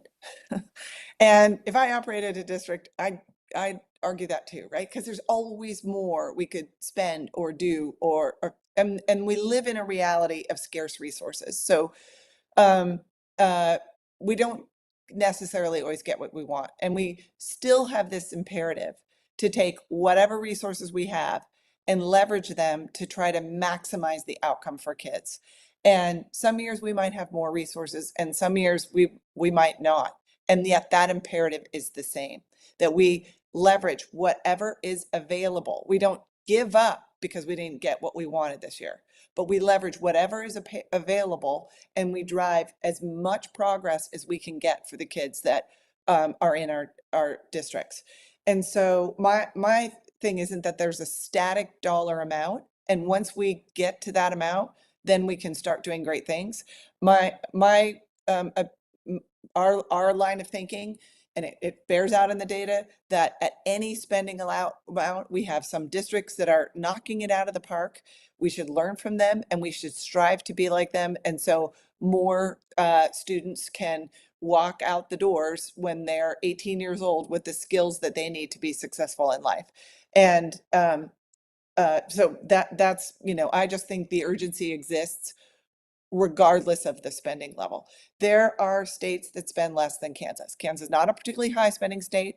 There are states that spend less. And, talk to the people in Idaho or Utah or Nevada and some of these, other states. And my message to them is the same. We really have no choice but to continue. Sure, go ahead and advocate for more resources. And in the meantime, leverage what you have to try to drive as much progress as you can for kids. Learn from your peers who are beating the odds for their kids. Stay committed to this. Chase down every kid who's not where they should be and make sure we get that improvement. And I think that urgency doesn't go away. It's not changed based on the dollar amount. Thank you. And Did you one have thing a I'll say, follow-up? when people go to the site, there's two maps of the US that you could click on your district. One has schools and one has districts. So I just want to make sure that if you scroll down lower on the page, you get to the one with the districts. Thank you. Representative McDonald? Thank you, Madam Chair. And Marguerite, thanks for being here today. I, along with a couple other people here on this task force, were able to attend your two-day workshop last fall. And it was kind of enlightening. I take issue with a lot of the things you've said, but I just want to focus on two things. When you come out of the chute talking about return on investment, that's like business terms, right? And we're not creating widgets, we're educating children and we're meeting them where they are. And so when as legislators, You'll notice I didn't say return on investment. I don't think. you started out with, I wrote down spending has outpaced inflation by a bit, and it was a return on investment graph in your. Well, I think I called it getting that return for kids. So and the reason I'm careful about that, and you might remember that from our training, is that you're exactly right. That ROI language turns people off, right? It is, people think, like you said, and we talk about in our training, kids are not widgets and they're not cells on a spreadsheet and all that kind of stuff. We're talking about public funds and driving outcomes for our kids. In different sectors, that language of ROI is acceptable. It is a turnoff in our field. So, excuse me if I said it, I don't think I'd spit that phrase out. It doesn't mean that we're not trying to leverage every available public dollar to maximize value for students. And that translates roughly, but I stand by that agenda. Okay, I I think we all agree on that. You're welcome to rewind the tape, and I really don't want to harp on that part. What I really want to say is that, when we talk about return on investment, whether you're the one that says it or other people, this really lacks a lot of nuance. It treats education as just a financial transaction, and it really ignores broader values from a personal and cultural and social perspective. And so I just really get, rankled a little bit when people come out of the chute with that term. So When we I hear you on that. The turn is a turn off to lots of people, but I don't think it allows us to excuse the task of trying to drive Nor outcomes. did I suggest that it did, but I have a couple other things I know that we're in a time crunch. I think when we argue that people should do more with existing resources, we really normalize underfunding of public education and we shift the blames to districts. One other thing you said in your chart said in one of the last pages, where it talks about how we need to shift, we need to put people in the classroom instead of reading coaches, interventionalists, counselors, specialists, deans, administrators. I would argue we have an increase in special education students. We've identified more of them for whatever reason, but they are more expensive to educate. We have regular inflation to take into account. We have an increase in mental health issues. Our communities have asked for us to prioritize mental health. We've had a suicide epidemic that we've really been successful in addressing because of the investments we make in public school mental health. So I think this is really an oversimplification. The other thing that we in Kansas have focused on is reading coaches and the science of literacy. We're investing a lot of money in reading coaches because teachers learn how to teach with the science of reading best when they are coached one-on-one in their classroom. So I won't continue. I've got a couple other things, but there are things in your presentations over the 2 days that I agreed with, but those are some of the things that I fundamentally take issue with. Thank you. So one thing, Representative McDonald, that I would hope you do take the time to think about is whether those investments in reading coaches are delivering improved outcomes in reading. And if they are, great, do them. We have just Keep doing started, it. and I would argue a lot of times we cancel programs without giving them a chance to work. So I'm sorry I Well, interrupted you all. I'm rooting for you. I'm rooting for them to work. And if 2 or 3 years have gone by and they're not, then I would say try something else. We have to have urgency for these kids. You only get one shot at second grade, and then you're in fourth grade, and then you're behind for the rest of your experience. So I think that urgency around there is no such thing as a silver bullet in education. There are great reading coaches and there are weaker ones. There are, like, in lots of parts of the country, reading coaches was a popular investment and districts didn't see the value out of it. And then some did. So I just would dissect the data and don't go in with knowledge of all the answers, but really focus on whether or not you are realizing those benefits for kids in the end. Right. Thank you. I'm going to ask our last question. Dr. Rosa, and I'm sorry I didn't call you doctor before. I missed that. My apologies and no disrespect intended. I am really fascinated with how you're looking at the upper left and the lower right quadrants on your spending choices. And I'd like to know, have you taken a deep dive into Kansas districts, and if not Kansas, then kind of nationwide? What are the best things, most effective choices that are being made in the upper left quadrant? And what are the least effective choices in the lower right quadrant? So I will say, like I said before, there's no silver bullet. There's not something like, if you follow this recipe, you get these better outcomes. What I will say is that it's a slog. It's a lot of hard work of focusing on the data, being honest about it. I mean, I think a lot of times in education, people land in this field because they are positive. They're positive with kids. but some of them are uncomfortable having conversations about things that are not working. There's a hesitancy to end things that are not working or admit they're not working. But I would say there are a lot of polls out there that suggest that most parents are not aware that their kids are behind grade level. Doing the hard work of telling their parents their kids are behind grade level, and hoping to get your kid to do your homework more, come to school more often, come for our catch-up days that we have, and really stay focused and make sure they get enough sleep at home. That actually can help from both sides of this.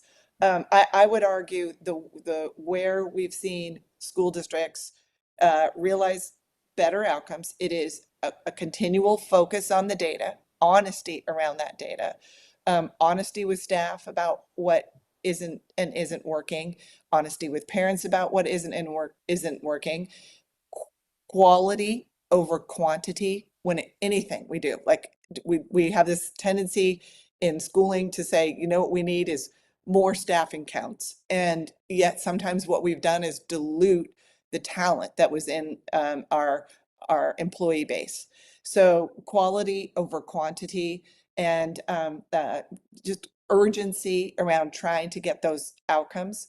I'm really happy to hear that you guys have made progress on suicide rates. That's another metric you can track.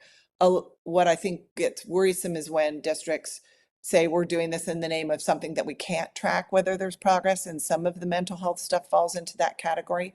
So we need to make sure that we're when we're doing things in the name of mental health, whether it's suicide rates or misbehaviors at school or chronic absenteeism or even surveys of students, that we're actually seeing progress associated with our investments.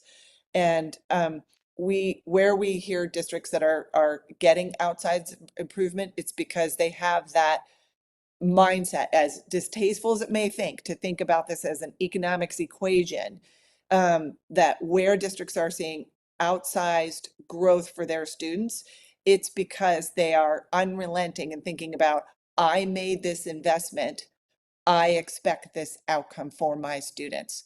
And if I'm not getting it, I'm either in there digging around trying to fix it or considering investing that money in a different way. So that's a mindset that we often don't teach in leadership. That's why we started our certificate in Ed Finance program to help spread that mindset around linking our investments to what our expectations are for students. But that's really where I would focus. Thank you very much. And the conversation about the coaching, and we're doing some preliminary studies, and I think what we're finding is the quality of the coaching really has a lot to do with its effectiveness. So thank you so much. Last call for questions for Dr. Rosa. Dr. Gibson? Dr. Rose, it's good to see you again. I went through that course you're just talking about a few years back. One of the questions I think is important in this is, I think it's easy for people to jump from one state to the next and do comparison. And I remember in our conversations previously that you gave some cautions about not just comparing dollar to dollar or state assessment rigor. Do you want to kind of provide a little bit of insight? Because I can't remember all the details to that. Yeah, I think what we would argue is that you should look at your own context over time, right? Even if you compare one state to another, different states have different student demographics, right? Like one state can have multi-generational poverty. Another one can have like lots of immigration. Another one can have lots of multi-year, sustained economic growth. So I don't think so much as like where the state is this year compared to where that other state is this year. I think it's each state's trajectory. So are you on a path that's increasing? The best comparison for your state is what your state did before, and comparing your own state. That's why these are all trends. We're not putting all the states on a single graph. We're showing each state as a trend over time. And I think that's probably true for districts too, where you could, if you're a district, you compare yourself to other districts with similar student populations, but when you dig way in, you might say, well, they may have similar income levels, but really different parental education levels or different other kinds of variables in communities. So again, the trend over time for us is maybe in any particular context is the most useful measure. Are we driving improvement for our kids? Are we able to, on a continuous improvement basis, leverage whatever resources we have to drive more dollars for each as each year goes by? So that's the way we would think about that, and that takes care of a lot of the data variability across locations. What you can do is compare one state's trend. So this state is seeing a lot of growth and another state is not seeing a lot of growth, right? A decline. And then say, well, what are they doing to get their growth? Not what is their score in 2025? What's my score in 2025? Thank you for the response. I think it's really important to note that obviously state assessment state by state looks different and the level of rigor accordingly. So I just want to be cautionary. When I've presented this other places, some people want to jump from one state to the next. I don't really know that you can compare overall, but I do appreciate looking at each individual district's growth is a way to maybe look at it differently. Yeah, and one last thing. So there's a new source out. It doesn't have spending in it. It's the Ed Opportunity Project, and you may have seen some of the media in the last couple of weeks. They translate every state's own assessment onto a normalized scale that allows for some more comparisons across locations. It's worth looking at, I would say. Thank you. Nice to see you. Thank you. Dr. Neinswander, we're going to let you take the last one. Well, mine's not really a question. I was on, as she was presenting, I was on hovering over, especially when you look at the ones, cost per pupil. What I could see just looking at it, and you go state to state, sometimes the bubbles get tight because they have a different formula. Some get taller, wider. When I was looking at Kansas and you look at the outliers, I could notice probably the two biggest drivers of cost was if they're a small district, they're going to have the low enrollment weighting. And then the ones that were far to the right typically hosted their own co-op or special ed. So you could have someone clear on the other side because their special ed money flows through that district over on the right. So I was just noticing the two biggest outliers was low enrollment weighting with small districts.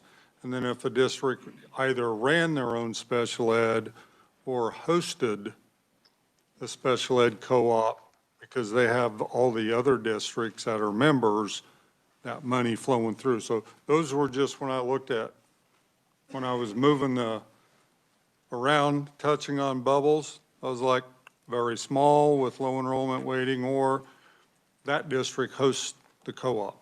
So those were just, if you're on there looking, that's one thing to keep in mind of outliers. It's also a good point of why we would like what goes into co-ops to be something we could track better, because I think we need all the data we can get. Thank you very much. Dr. Rosa, thank you so much for being with us today, and thank you for the time and effort that you spent with us. I appreciate it. I want to get us back on the agenda, and by this time, we should have been going to Dr. Nugent, but we haven't finished the previous item. And then we have a 2:30 group that I know has to also be mindful of time. So what I'm going to do is give us a short bathroom break, finish up the previous presentation. I'm going to kind of guess that will get us close to the 2:30 presentation, and then put Dr. Nugent in last. And I think that will, and then jump into kind of the follow-up items that we have from KLRD. So why don't I give us a 10-minute bathroom break? My phone tells me that it's 1:55, so I'll see you guys back here at 2:05.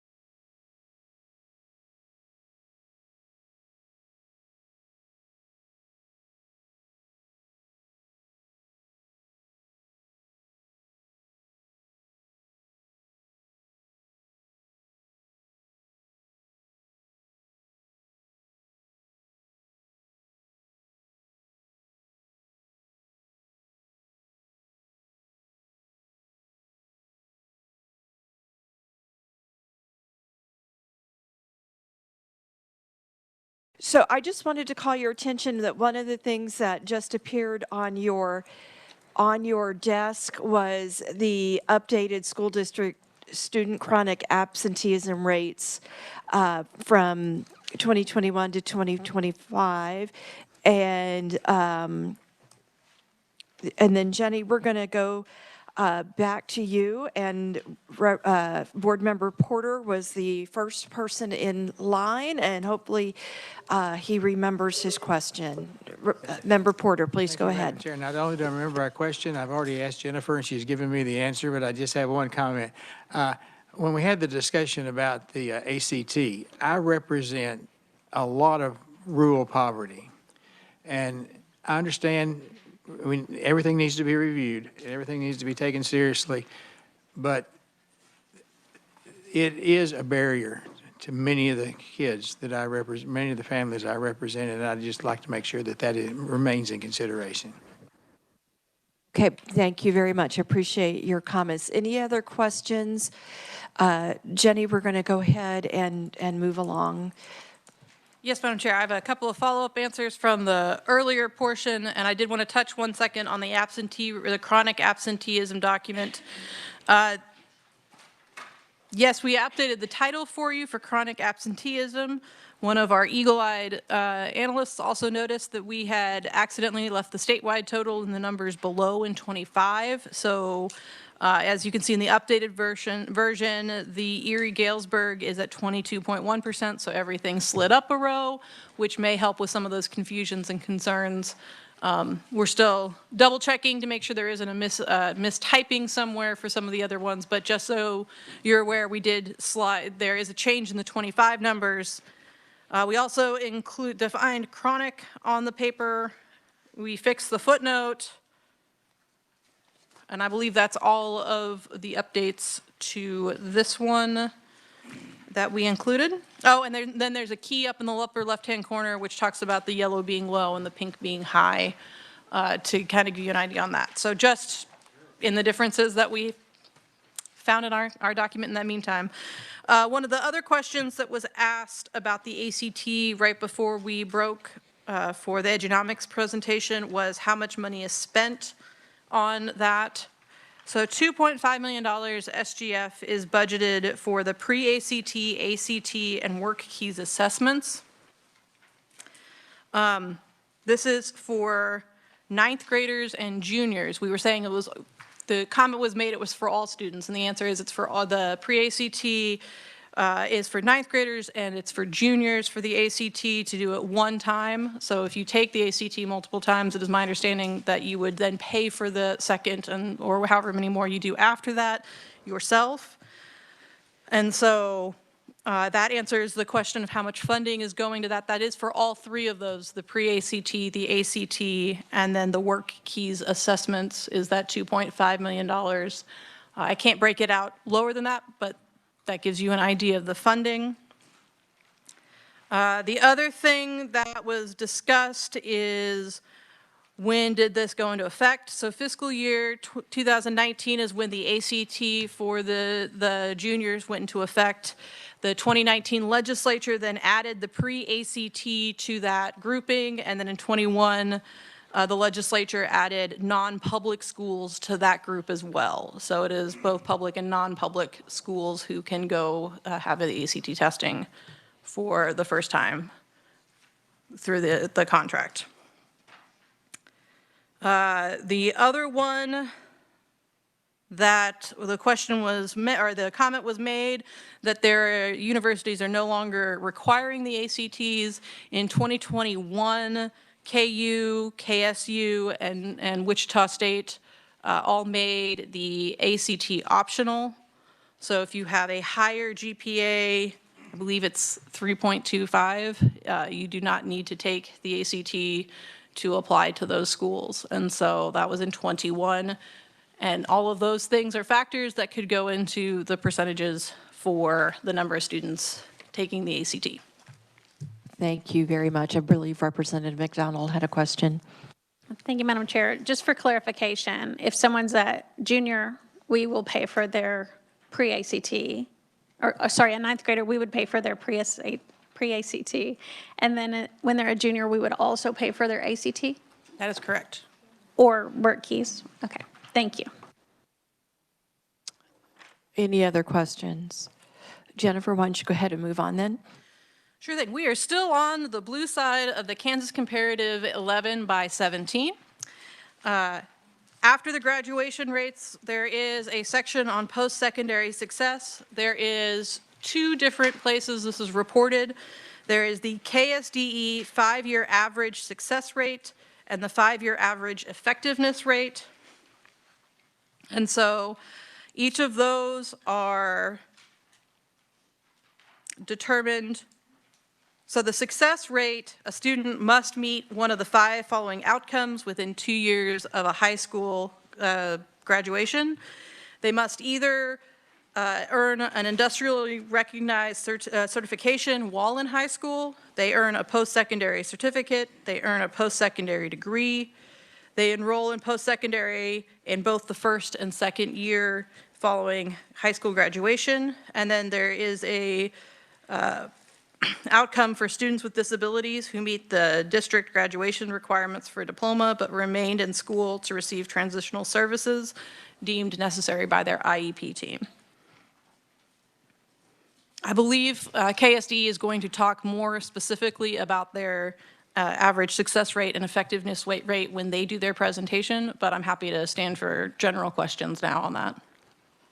Representative McDonald. Thank you, Madam Chair. Just real quick, would it be possible for you to email us that list that you just said? Because I was not familiar with it.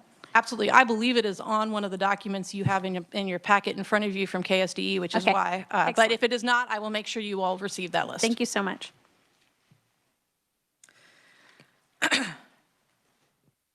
So outside of the ones from KSDE, there is also the Kansas Board of Regents High School Student Success that they track.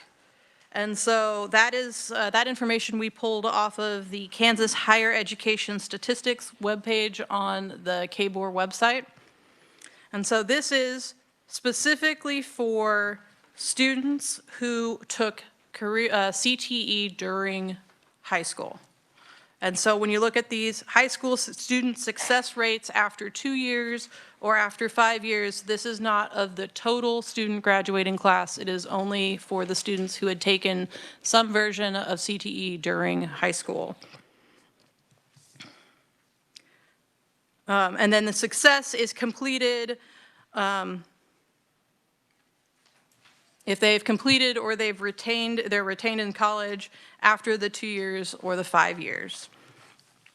On the document in front of you, you can see that there are some gray shaded areas, and that is because we have not hit the point where those cohorts have provided information on either of the websites. And so that will be information forthcoming as time goes on, but the gray shaded areas we are waiting still, as they are still in the process of that 2 year or 5 year window that we are looking at for success. That is all I have for that side of the document. The other side we're not going to spend a lot of time talking about, but we do, in this committee, spend a lot of time discussing dollars versus outcomes, and so we did provide for you the other side, the same as we did last year where we broke funding down per pupil. We included inflation numbers for you, and then the dollars spent in major categories of state aid, and then broken out by those major categories of state aid. And with that, Madam Chair, I'm happy to stand for any questions on the 11 by 17 or turn this all over to Matthew to have some more discussion about assessments. Any questions, Director Rooker? Thank you, Madam Chair. Jennifer, on the green side, under inflation, help me understand, are we compounding that rate year over year? Are you? So the 2007 Kansas school funding per pupil adjusted for inflation starts at the 11,558, and then the next year takes the annual inflation rate and increases. And then for each year, it is increasing by the that year, the previous years. So when I look at, sorry, this is hard to read. I look at that bottom line, the percent change from 2007. We read it that In 2008, it increased 3.2% from the baseline being used in 2007. The following year, is it an additional 5.8% being added on top? That's that year's inflation rate, or is it 3.2 plus 2.6%? Sure. So the bottom line is just showing you the CPIU Midwest percent change from 2007 in each year. That is not the number we are using to do the calculations. The number we are using to do the year-over-year calculations is the middle one, where it's the CPIU Midwest percent change. So for example, in 2007, we have 11,558, and then the percent change is 2.1%. And so that gets us to the 11,928. Then you take 3.2% times the 11,928 gets us to the 12,236. So each year, it's just a single year increase. If we were saying we had started with this and we had continued from 2007 to present day, here's where we would be at if we had if the state had just followed inflation year over year for base. So that is each year, each column is that year's inflation rate using the CPIU Midwest. That is the percent of change from the prior year. The line below, the 3-year average, is that the total that's used to calculate? So as of 2025, the 3-year average is what we're using to calculate the increase in base year over year. And so do we read the 2025 4.4% as the percent of change from 2024 or the percent of change from 2007? The 4.4 is the 3-year average from the previous 3 years. Thank you. So the 4.4 is, so 5.7% in 24 was used as one of the calculations to talk about base, and then the 4.4 was then used for calculation purposes to discuss increases in base. Okay, very good. Senator Murphy, did you have a question? Oh, I'm sorry, Representative, or Chair Williams. Thank you, Madam Chair. So just double checking, so I'm looking at this and the CPIU Midwest change over that period of couple decades is just over 50%. And every other category of aid exceeds the consumer price index, is that correct? Some of them by many times? That is correct. Okay. Is that, and special education as well? Yes. I would double check the math, but I believe it is, yes. Looks like special education exceeds the rate of inflation too. Okay. The special education percentage is not a percentage change from 2007. That is the excess costs for that year. So I'm happy to go back and do the math for the 2007 and get that added in as a line, but we do not have it on this document as a percent change from 2007 for special education. All right. Thank you, Jennifer. It's great. It's great to see mathematically that the taxpayers of Kansas are exceeding the rate of inflation in all categories for education spending. Thank you. Any other questions? All right. Vice Chair Erickson. Thank you, Madam Chair. Just real quick, Jennifer, I was noticing the footnote number 8 and was wondering, okay, it says the total weighted FTE, including SPED data for 2016 and 2027 were pulled from blah, blah, blah. Mm-hmm. Why the difference in pulling those 2 years from that versus where was the other data pulled from? Just curious. Absolutely. So 26 and 27 is when the Class Act or the block grant was happening. 16, 17. Nope, but better to be clear when you're speaking on mic. So that is when the Class Act was happening. And so therefore, the information that we had for those years, as Director Rooker has indicated, the dollar amounts stayed at the 2015 dollar amounts.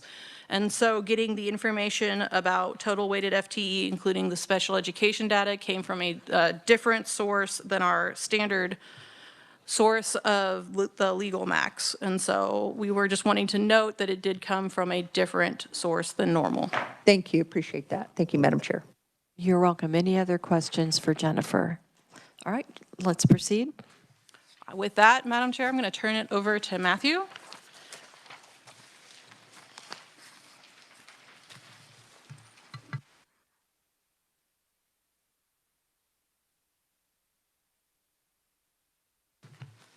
Hi, good afternoon, Madam Chair, members of the task force. So the first thing I will be talking about is this packet of a yellow 8.5 by 11. By and large, these different pieces I'll be presenting on are all kind of the same data, just organized slightly differently. So, hence the colored paper. So the yellow sheet is statewide, the statewide assessment scores for English language arts, math, and science for all grades. And I have them grouped by year, but then broken out by subgroup. So for example, on page 1, you will see for 2025, you will see there, under what I mistitled a school year, you'll see all of the different subgroups broken out. All students, English learner students, English learners with disabilities, etc. And then you can look across and see for 2025, what were the statewide all grade results for those different subgroups in ELA, math, and science. I will note these are not mutually exclusive in the sense that you could have a student whose score is included in self-paid lunch, who would be included in, Asian, who could then also be an English learner student. Like, you will have one student who could fit in multiple subgroups.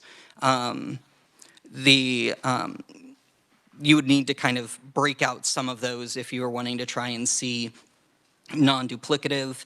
As far as 25 and just in the last few years in general, I would note that by and large, English learner with disabilities is the subgroup that has the highest percentage in level 1 across all 3 assessments, and seems to generally be, at least for the last few years, followed by English learner students, followed by students with disabilities, then homeless, and then foster care. So as far as the kind of the top 5 subgroups who have the highest percentage in level 1, pretty much across all 3 tests, those are kind of the ones to look at there. But in general, you can kind of look each year.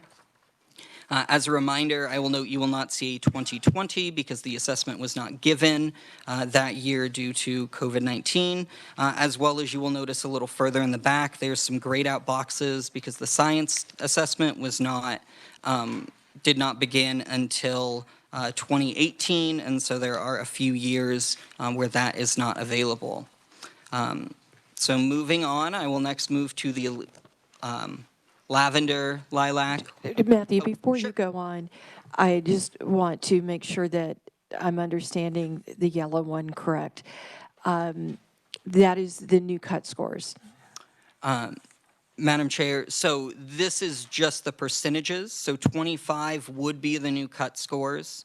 But given that when you look on, but as far as kind of where they have the levels and we had the concordance table, I included 25 in with the listings of 24 and everything like that, since they were designed to largely be able to continue to correspond and compare just with that jump between them. So there will be some difference in a change from 25 to 24 due to them not perfectly overlapping in where a student might have fallen for the same performance.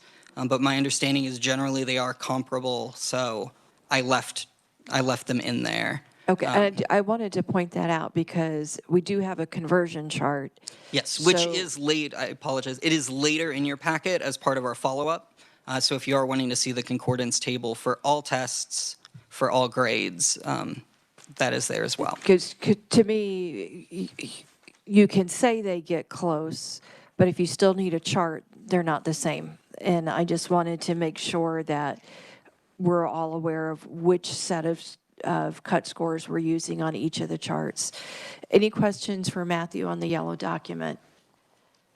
Seeing none, Matthew, go ahead. Perfect. So I will move to the lavender, lilac, whatever. I do not remember the actual name of this, so whichever kind of shade of purple you would like. This is the exact same data. It's just instead of broken up by year and then subgroup, I did it by subgroup and then year. So again, on page 1, you will see in this instance, you will see all students, and then you will see the scores for the all grades, all students statewide for 15 through 25. Again, I left 25 in there. I am happy to, as far as the difference amount, kind of on the change on the very top part, I'm happy to add one for 24. I just thought that would be, might be of interest to the task force to just kind of see what is the percentage change for this group of students, and again, all grades from that time.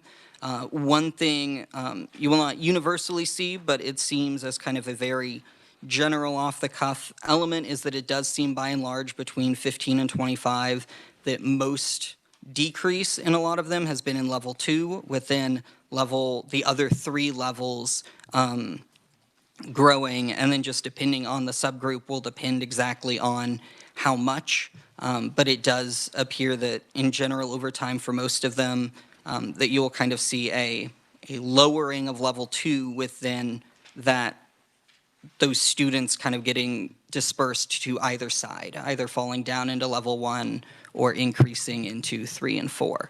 But again, all the same data, just done by subgroup this time, so that you can kind of see how a group of students has done over the years. So I'd be happy to stand for the purple sheet, and then I'll get to the really big one. Start with Vice Chair Erickson, and then we'll go to Chair Williams. Thank you, Madam Chair. Real quick, how hard would it be, Matthew, on the lavender one to calculate the change from 2015 to 2024? Madam Chair, Vice Chair, I can absolutely do that. It would just be inserting rows and doing some formulas. So I'd be happy to do that, or, and yeah, either reissue the document or just provide the committee with what those changes would be. Thank you. Chair Williams. Thank you. Thank you, Madam Chair. And wow, there's a lot of information here, but I just want to make sure. So our English learner students who are receiving a special weighting and getting the assistance, over time, this population of students in level 1 has grown, and we don't, level 1's the worst category. That's below grade level. So in 10 years, it's increased by 31%. They're doing worse with the increased spending and weightings. Is that right? Am I reading that right? Madam Chair, Representative, so the percent of those students in the subgroup, yes, the percent of that subgroup in level 1 has increased. I would note that these are percentages of the subgroup. I do not know elements such as has that subgroup grown, has it shrank? There could be other elements that impact that, but as far as the percent of that subgroup, it has increased in level 1 and has decreased across the board by and large. And I guess just the last question is, we've increased funding since 2015. Gannon was settled in 2019, and it looks like those at-risk students have also increased, even when we include the 2025 increase in cut scores, by 9.21%. So that means that the number of kids that are below grade level has increased by 9% in a decade with increased funding. Would that be a correct statement? So, Madam Chair, Representative, so I believe you're looking at, are you looking at the free and reduced lunch? Or Yes, the? I am. Okay. So the free and reduced lunch, yes, that subgroup has from 15 to 25 increased in level 1 for ELA by 9.21%.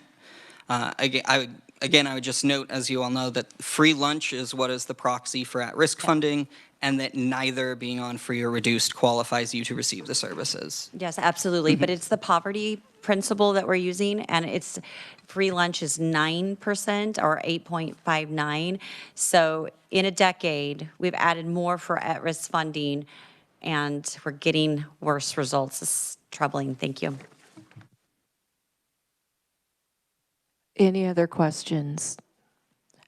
Senator Francisco? Thank you. So following up on that, what would happen if the number of students who were on free and reduced lunch increased from 2015 to 2025? How would that be reflected in these percentages?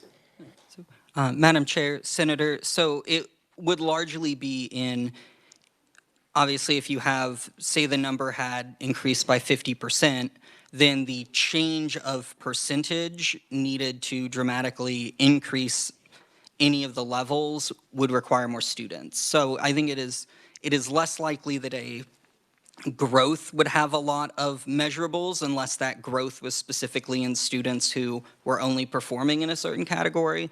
My gut feeling, and I would defer to Dr. Nugent, would be more that some subgroups that might already be small or historically be on the smaller side, you could see greater swings if you happen to get, even a change of 50 students or something who suddenly are going to be a higher amount of a percentage for that subgroup.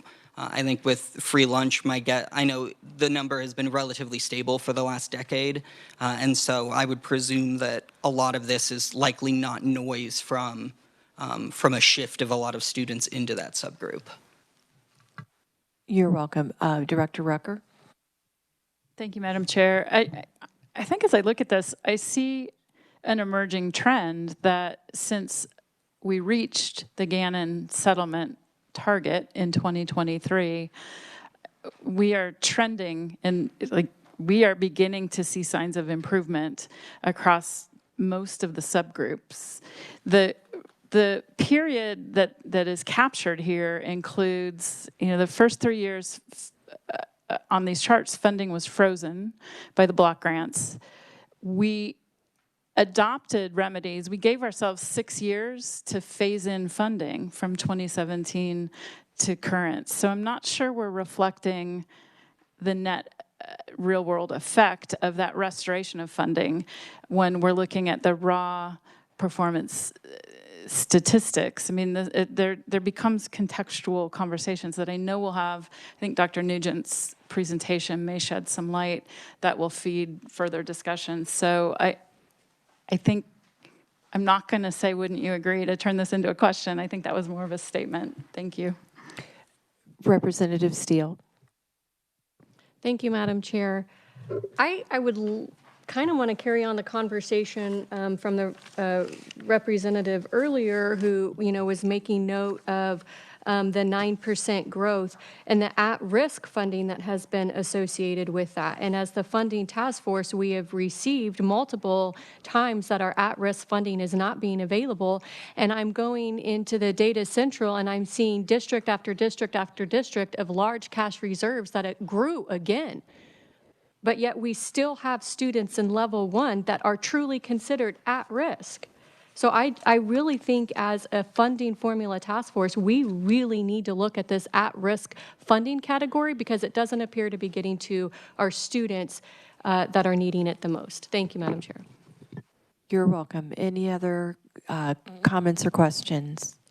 Seeing none, Matthew, please proceed. Perfect. Thank you, Madam Chair. So the last one is, so you have 2 of these 11 by 17.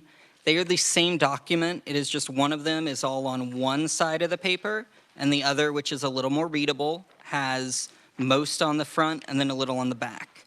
We included both largely so that you would have a digital copy in case you would like to see it all on one page, but have it on a computer where you could blow it up and be a little bit easier to read. So, same thing, just whether or not you want to flip over a page. Just to kind of start there.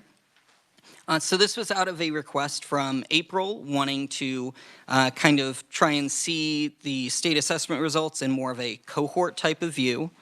So what I have done here largely, as you will see on the top, I've done the graduating year of the class. So class of 17, 18, 19, et cetera. And then if you go down that column, you will see the state assessments or the NAEP results that would correspond to that class in that grade. But then all of the assessment results are then horizontal because, again, the 4th grade ELA test is different than the 3rd grade. And so my understanding from conversations I've had with KSD and everything is that it would not be appropriate to say picking on the class of 24, the 20.2% in level 1 on ELA and see that in 4th grade that went to 14.7 and necessarily be able to say that that was growth of improvement because they were different tests. There might be other things you could tell from it, and possibly get at least some general kind of view on how things are. But this is then designed to still be able to kind of look and see, tracking a cohort through the process, what were their, results by each grade. And then I did include NAEP in here. The dark gray boxes that are kind of angled and stacked, that if you look really close, you'll see has like a crosshatch or a diagonal, is to represent that that was 2020 with COVID, so there was no test given, versus the just plain gray boxes just denote that there's no data, either because it was before our current set, before 2015, with our current set of state assessments, or they are not yet old enough to have taken that specific assessment, things like that. So again, and this is going to be all students, so no subgroups, but it will be kind of by grade level, and then I mirrored the years of the test and the grade to fit into the cohorts. So, and then on the far right side, again, just I'm happy to do whatever numbers individuals want as far as years or anything. I, again, just did kind of an earliest that was available, the farthest left score, the difference between it and the farthest right score. Happy to break it up in any other ways people might like, as far as averages or different time spans.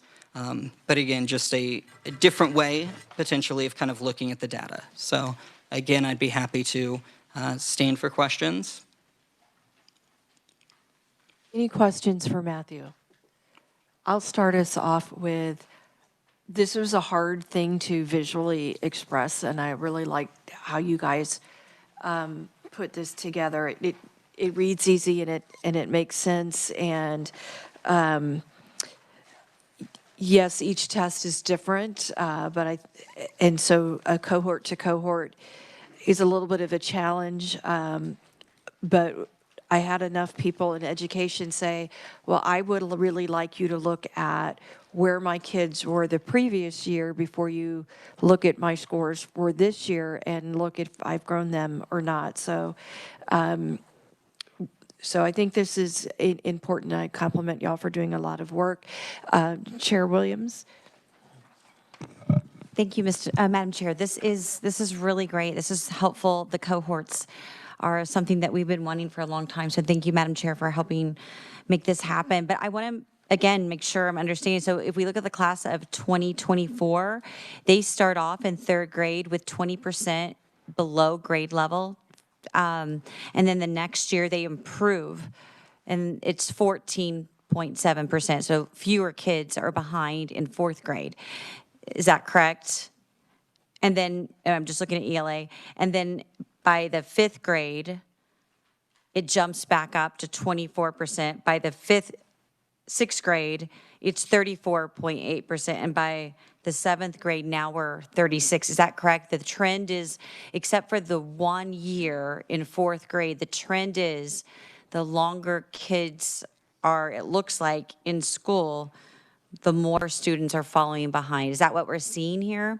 So, Madam Chair, Representative, so first off, I would defer to Dr. Nugent as far as a more nuanced kind of way of viewing. But yes, as I think what it would be is, to your point on the third versus the fourth, is because they're different tests, it would be more looking and saying, in their fourth grade test, did they improve? Or for instance, I believe, if I remember right, the fourth grade assessment under the old cut scores was generally viewed to be maybe a little more favorable, or there tended to be a bit more of a bump in fourth grade.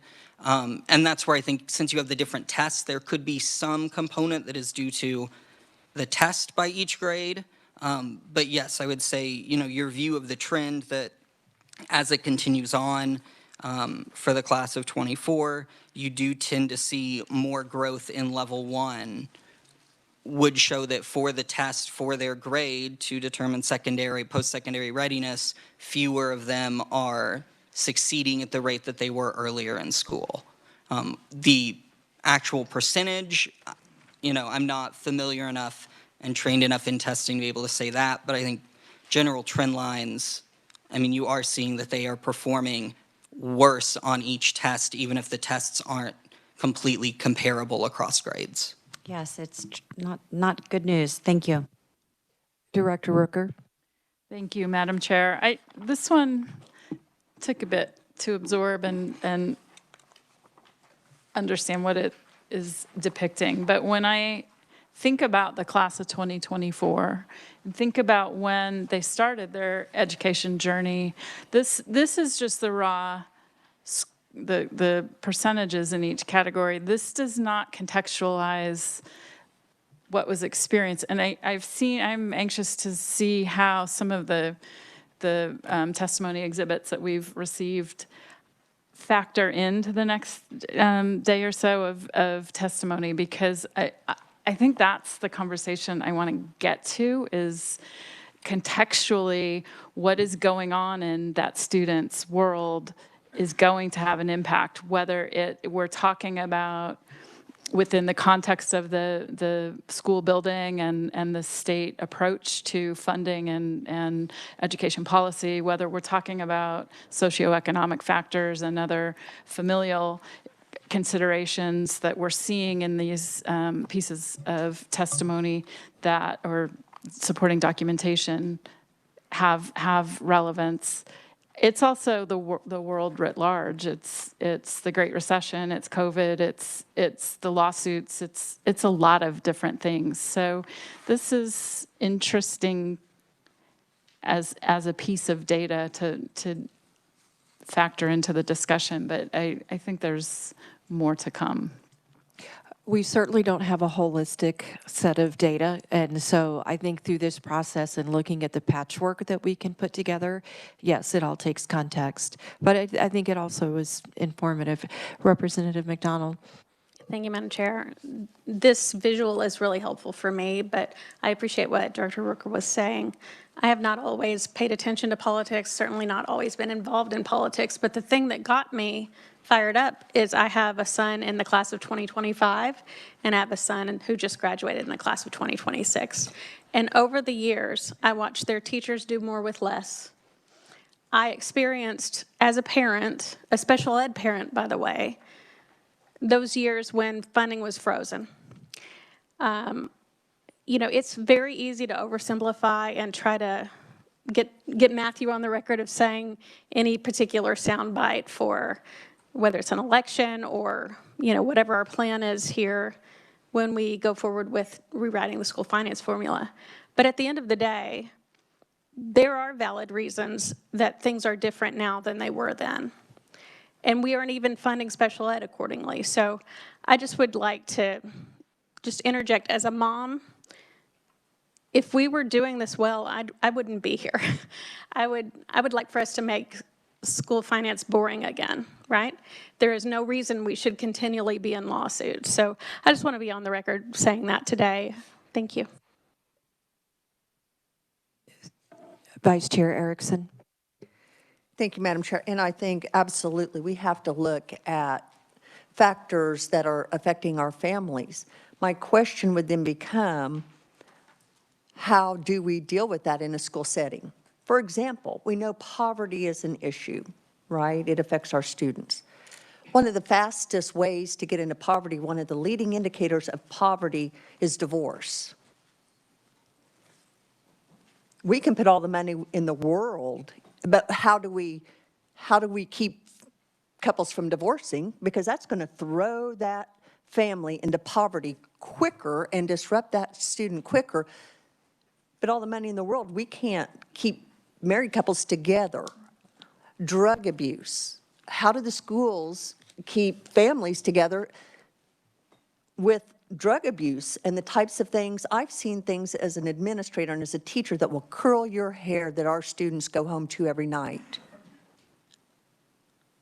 It's a reality, but my question is, how on earth is it our role and how do we do that? It's got to be a cultural shift, and I'm not sure our approach obviously isn't working. It's not that we shouldn't do something, but maybe there are other avenues, such as getting the experts in dealing with some of these issues, instead of the school trying to be all things to all students, because obviously that's not working. So we need to have more partners with people who know how to deal with these familial issues, and I've said it and I'll say it again, as our families go, so go our communities, so go our schools, so go our state. But we've got to have other partners. We can't do it all in the school system. So there's my 2 cents for the day, Madam Chair. Thank you. Director Rucker, and then we're going to move on. Thank you. Just as a follow-up, I'm intrigued because I know you were a principal. What would have helped the students in your building during your tenure? What would you have wanted to have as Let resources? me pause that question because we're getting into discussion and we've got some other people on a Sorry. schedule. But that's a great kickoff question to save for later, and I think the superintendents would also like to jump in on that one. Matthew, go ahead and proceed, please. Madam Chair, that was the last I had for this bit, so I'm happy to stand aside and let the next presenters come up. All right, thank you very much, Matthew. And we are back to Jennifer. No, okay. So then we are going to jump down out of order, and thank you, Dr. Nugent, for being flexible with us, to Learning Lab and USD 259. And this is kind of different than some of the other things that we've looked at, but for the last 2 years, and as we've been in this task force, I keep saying, how do we measure success? What's reasonable? What's fair?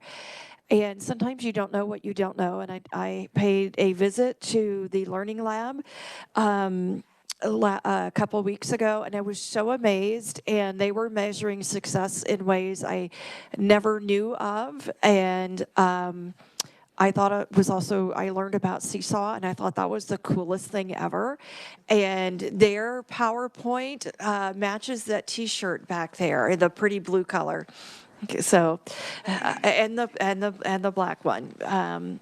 So thank you guys for coming. I'm going to let you take over, introduce yourselves, and we'll take questions at the end. And thank you for being patient.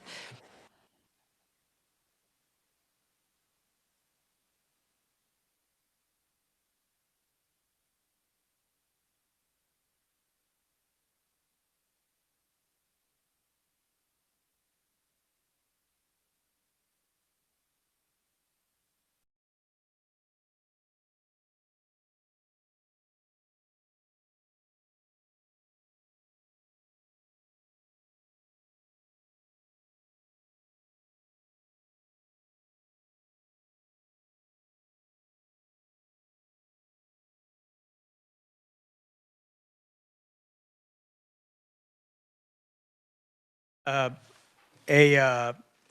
collaborative space for a lot of micro schools. And Creative Minds functions as one of those micro schools. It's one of 7 micro schools in that space.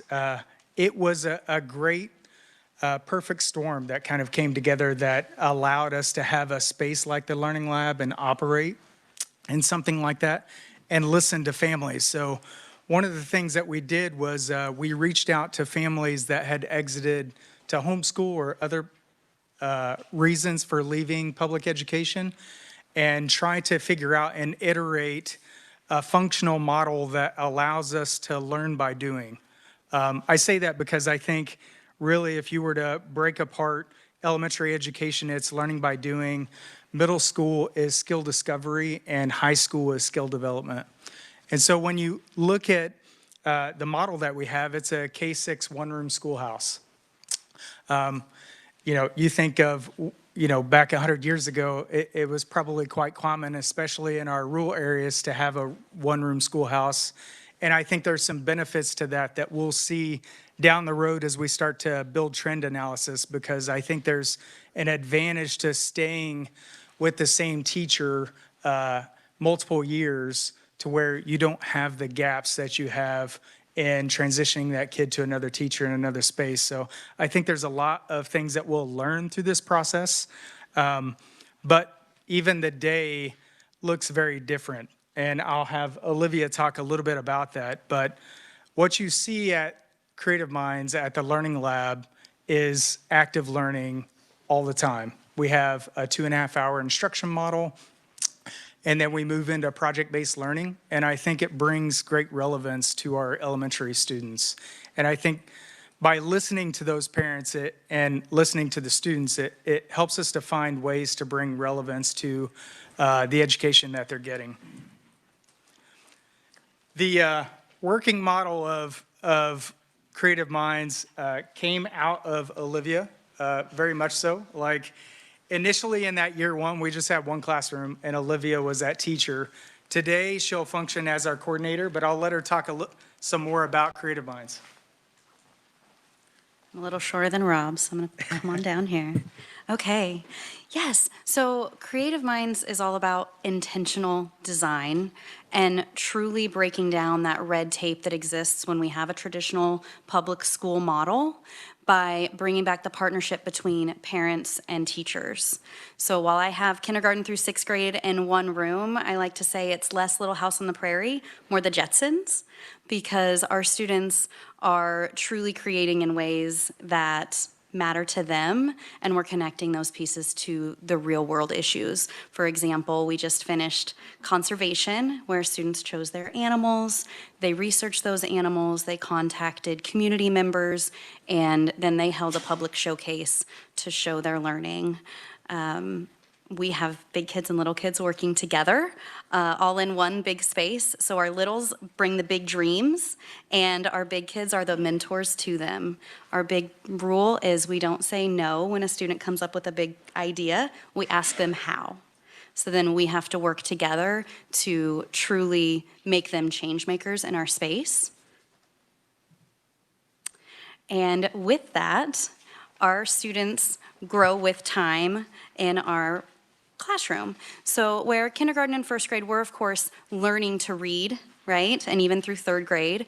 And then as they get older, they are reading to learn. So we really focus on physical play, touch, movement in kindergarten and 1st grade.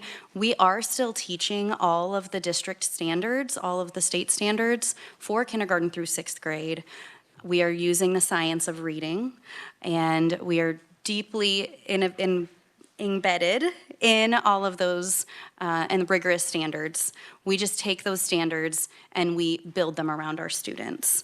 So as the students grow and they get ready to move out of our program into 7th and 8th grade, they are able to speak for themselves. They know what they're interested in. They know what they're capable of. They're willing to take risks and make mistakes. They truly have that growth mindset. Where did Ms. Smith go? She wanted to jump in about something, so I don't want to speak over her. Where do you need to jump? I'll jump right here. So back in 2015, Kansas started the Kansas Redesign experience with schools, asking school districts to design what school could look like based on 4 foundational elements: real-world applications, student success skills, that's learning how to persevere, the growth mindset. We looked at personalized learning. How do we help students meet right where they are and grow from there? And the last one was real-world applications. And I was on that group of teachers who were a big part of Kansas Redesign, and it was moving in really great movements, and then COVID kind of shifted all the things that we were doing. This school is Kansas Redesign in 3D. And what I love about it is that family community partnerships is core to what we do. We hyper-communicate with families. Representative Estes, Madam Chair, you spoke of Seesaw. This is a tool that when students complete a piece of art, or let's say they're working on their diorama, the students will snap photos of that and explain what they're doing, either by voice or they can type it in, or even leave a video. That alerts their families on a text message or alert and says, hey, your child has something in here that's been generated. Take a look and see what they're working on. The families open it up and, oh, look, you're working on a diorama. That's amazing. Families can also leave positive feedback right there in the tool. My favorite piece about it is we have students who come from homes with primary language that is not English. So if a student or a teacher sends a message to the families or shares what's happening in the classroom in English, the family then gets that information translated in their native language. They can respond in their native language, and it goes back to English to the classroom. So we are breaking down barriers between home and school, saying, what happened at school today? You're like, look what's happening at school today. That Hyper communication with families opens up doors so that we invite families to be a part of our school experience every day. We have some coming in actually to help teach. Yes, they join us often. And my only rule for families is if they're coming to visit, they're going to get their hands messy, right? We're not coming to be a fly on the wall. We're coming to participate and be a part of our experience. So we have all the standard assessments. We have state assessments. We conduct FastBridge quarterly. But our day-to-day assessing looks very different, where you would typically have a multiple choice test sat in front of you. Our students have choice in how they will show their learning, led by a rubric rooted in our standards. So we have students that are making podcasts and interviewing community members. This last time, we actually went to the zoo and we interviewed a zoologist there. And then we had a student who was interested in whales and preserving whales. So she actually got to speak with a marine biologist via Zoom, and she recorded that that interview before creating a presentation. So the rigor is there. It just looks different when we are assessing because the students are rooting their learning in real world issues and finding out how they can truly make a difference. So we're not focusing on short-term memorization, but truly bringing that learning to life. Our students demonstrate their standards through authentic, meaningful creation across the grade bands. I mentioned that our littles are typically more physical, and then our bigs are focusing on big issues. Our first year, which was just this previous school year, 24-25, we had a community unit where my thought was my students are gonna pass out socks. They're gonna make survival bags for winter. It was around December. And I had a second grader come in and she says, I wanna build a tiny home. We're gonna end homelessness. Again, my rule is not no, it's how. So I asked how, and all of the students were like, well, we're gonna host a carnival. We're gonna raise money. And sure enough, we built our math into making cardboard carnival games. We read about houselessness. My sixth graders had to actually contact the county commissioners in Sedgwick County and figure out what those regulations were for a tiny home to exist in Wichita, Kansas. We now have 4 tiny homes at 14th and Estelle that are helping to end houselessness in our community. So this is truly what our program is about. Our littles, like I said, they bring those dreams, and our big kids mentor them to help them make it happen. Our big 3 pillars of Creative Minds are essentially that our structure is what makes creativity possible. While our program looks and feels much different, that rigor and structure is higher than it would be in a traditional building, because in order for students to truly have individualized learning, we have to have that strong structure. So our teachers truly have to have the autonomy and the expertise to be able to create and design conditions for deep learning. Again, we fall back on our focus standards for K through 5. Our 6th graders, we have the state standards for them as well. And we root everything we do in those standards and finding mastery in those standards. And again, student creation. We really want our students creating and doing something that helps them take their learning to the next level. It's great if they can tell me an answer about a fact in our history, but what can they do with that information? How can they take that and grow? We believe innovation should scale responsibility with instructional quality leading every decision. So as we grow, last year and the year before, it was just myself, and this year we had added a second teacher. We do everything. We are music, we are art, we are PE. While our students are not getting the traditional room-to-room experience, they are still receiving all of those standards. I teach kickball, right? I'm teaching weaving and crochet. We integrate everything into our model and weave it into whatever project it is that we're focusing on. So we have 2 sites this coming year with some amazing unicorns joining us to the team. We'll have 2 teachers at each space. Each space will never have more than 40 students because, as I was listening to your previous conversation, we have a lot of familial concerns in our schools. Wichita Public Schools is an urban district. Creative Minds reflects those numbers and reflects that diversity. By keeping our school small, we are able to know those families very intimately and truly help them find the help that they need. Whereas a traditional building, there are just too many students to be able to do that. As we grow, after this coming school year, we will launch a third site and hopefully a fourth after that. The biggest concern for us is not interest. Our wait list is extremely high. It was over 200 students last time I knew. It is finding the talent. We have to make sure we have teachers that are prepared to teach in a very different way. Teachers that are truly masters of the standards and focused on relationships first. Because as I said, when we're pulling all that other red tape away, it's the teachers, the parents, and the students. Those relationships are vital. Speaking of relationships, we have a 94% retention rate, which reflects strong family trust in our innovative public education. As Rob mentioned, many of our families are coming from homeschool or they've had very poor experiences in the traditional models of public education, some of which have only been in private.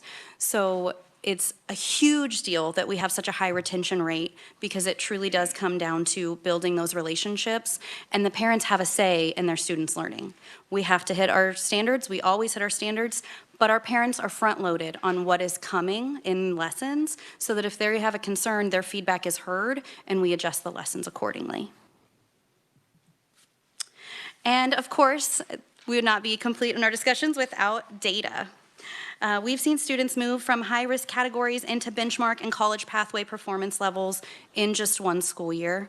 These are some of our highlights, definitely not all of them. These are based on FastBridge, which are quarterly assessments in math, reading, and comprehension. We have had students go, I've got 27 points of growth here, and what that means in math is we were in the red, we jumped all the way up to that college pathway, or sorry, that benchmark. We were above benchmark at the end of the year. But I really want to highlight our comprehension and our fluency pieces because reading is vital for everything else. And as students get older in math, they can't do the math if they can't read the questions. So as we see these students just skyrocket throughout their reading, a large part of that is because in this one-room model, we don't have to keep kindergarten with kindergarten or fifth grade with fifth grade. We are able to put students where they need to be based on their needs and abilities right now. So while I have a first grader who was able to move into a third grade reading group and read and comprehend at that level, I also have a third grader that was down with first graders at the beginning of the year, building those skills because in homeschool, her mom did not have the science of reading, right? So she needed some of those basics, and then she was able to excel. And again, we have lots of growth. This is one of our larger ones. Strong literacy growth shows that personalized multi-aids instruction can accelerate outcomes. Everything that we're doing outside of learning to read is integrated into our project-based learning units, even down to the stories and books that we're reading for comprehension. The best benefit of this is the students are truly engaged in their learning. Anyone who's been a teacher in the room knows how difficult it can be to have a student retain information about a text that they don't care about. But when you are learning about animals that are endangered, and then I give you a text that is all about either that animal and its environment or how we can save them, they want to remember all of the things. And so that truly helps their comprehension and the data transfers over. 91% of our students improved in their fluency scores. Not listed here, but also very viable. 94% of our students increased in comprehension this year. Our students are meeting and exceeding Kansas benchmark expectations across multiple grade levels. I've got some data here for you that you can view. Students demonstrated strong benchmark performance. Literacy and fluency growth exceeded our expectations. Growth occurred across all grade bands, and our outcomes remained strong with a very diverse student population. And our data is down below. We are 49% white, 20% African American, 17% Hispanic or Latino, 11% two or more races, 6% of our students are English learners, and 26% of our students are IEP or 504 students, which is higher than you'll see in a traditional building. We do most of this in-house. We have a full-time SPED para. We do have a child study team off-site that comes to make sure that we are meeting all of our legal obligations. But we find that in this environment where, again, a lot of that red tape has been removed. Our students are able to be served without having the pullout. They are fully integrated into our classrooms. They're able to move their bodies if they need to learn a little bit differently, and we don't have as many issues as we necessarily would in a different environment. Innovation and accountability can and do coexist when learning remains grounded in rigor and measurable growth, which is always our goal at Creative Minds. Kansas schools are rebuilding literacy and engagement. Students have demonstrated measurable academic growth at Creative Minds where they have not had that success in the past. Our technology supports authentic learning and collaboration. I've mentioned the podcast. We also utilize the video studio that we're lucky enough to have at Learning Lab, where they're creating social media reels for awareness and things of that nature. In our public education, we can innovate while maintaining accountability. And I think that's the most exciting thing about Creative Minds, is that we took a really big risk to do things extremely different from the status quo, and it is paying off immensely. Our work is rooted in the belief that Kansas can continue reimagining public education in ways that strengthen both innovation and outcomes. It is what drives everything that we do. Our families have made it very clear that this is something that they want, and we are so excited to continue scaling Creative Minds and increasing as our demand increases. Our innovation, of course, will remain connected to results. Our student engagement and rigor will continue to coexist, and we will continue to evolve public education just as the redesign imagined before it was put on pause. These are some images of students that were showing their work. In our front corner, we have our video studio. Down below was our innovation and invention unit, where they were holding their showcase. This was a kindergartner that made a board game, and this is one of our board members playing. Our students love to create books, whether paper or digital. And we've got the podcast studio here and some interviews with the zoo. And of course, our website if you'd like to view more. Thank you very much. So one thing, part of this conversation and why I thought it was very interesting to dive a little bit into how they're measuring and monitoring was, I said, well, are you seeing an improvement in your state assessment scores? And they said, well, our kids are all in different school districts, so that's complicated to do. I said, well, so tell me what you're doing. So you saw some of that in the how they're using FastBridge to monitor growth within a year. But one of the things you told me about that wasn't in your presentation, I would love for you to explain how you use showcases to evaluate students. Our showcases are typically public, so we open them up. Our students even go around downtown Wichita inviting different community members to join, and they are in charge of their learning. There is no better way to determine if a student knows what they have been researching and studying and creating than putting a stranger in front of them and trusting that they know what to say, right? You just can't manufacture that. You can't fabricate it. So we have rubrics that we utilize for assessing students throughout our PBL units, but our showcases are truly showcases of learning. Our students become completely in charge of their creations, of their education, and they are in charge that day. My job is just to facilitate and make sure everything goes smoothly. And to an extent, they're defending their thesis. 100%. I'd love to give an example. Last year, we had a third grader that designed a shovel that would plant the plant and fertilize the plant as it went into the ground. And so we had them cold call local companies to get a backing. And so having a third grader cold call is something amazing, because they don't even know how to talk on the phone right today. And so even the functions of building social fitness for these kids was amazing.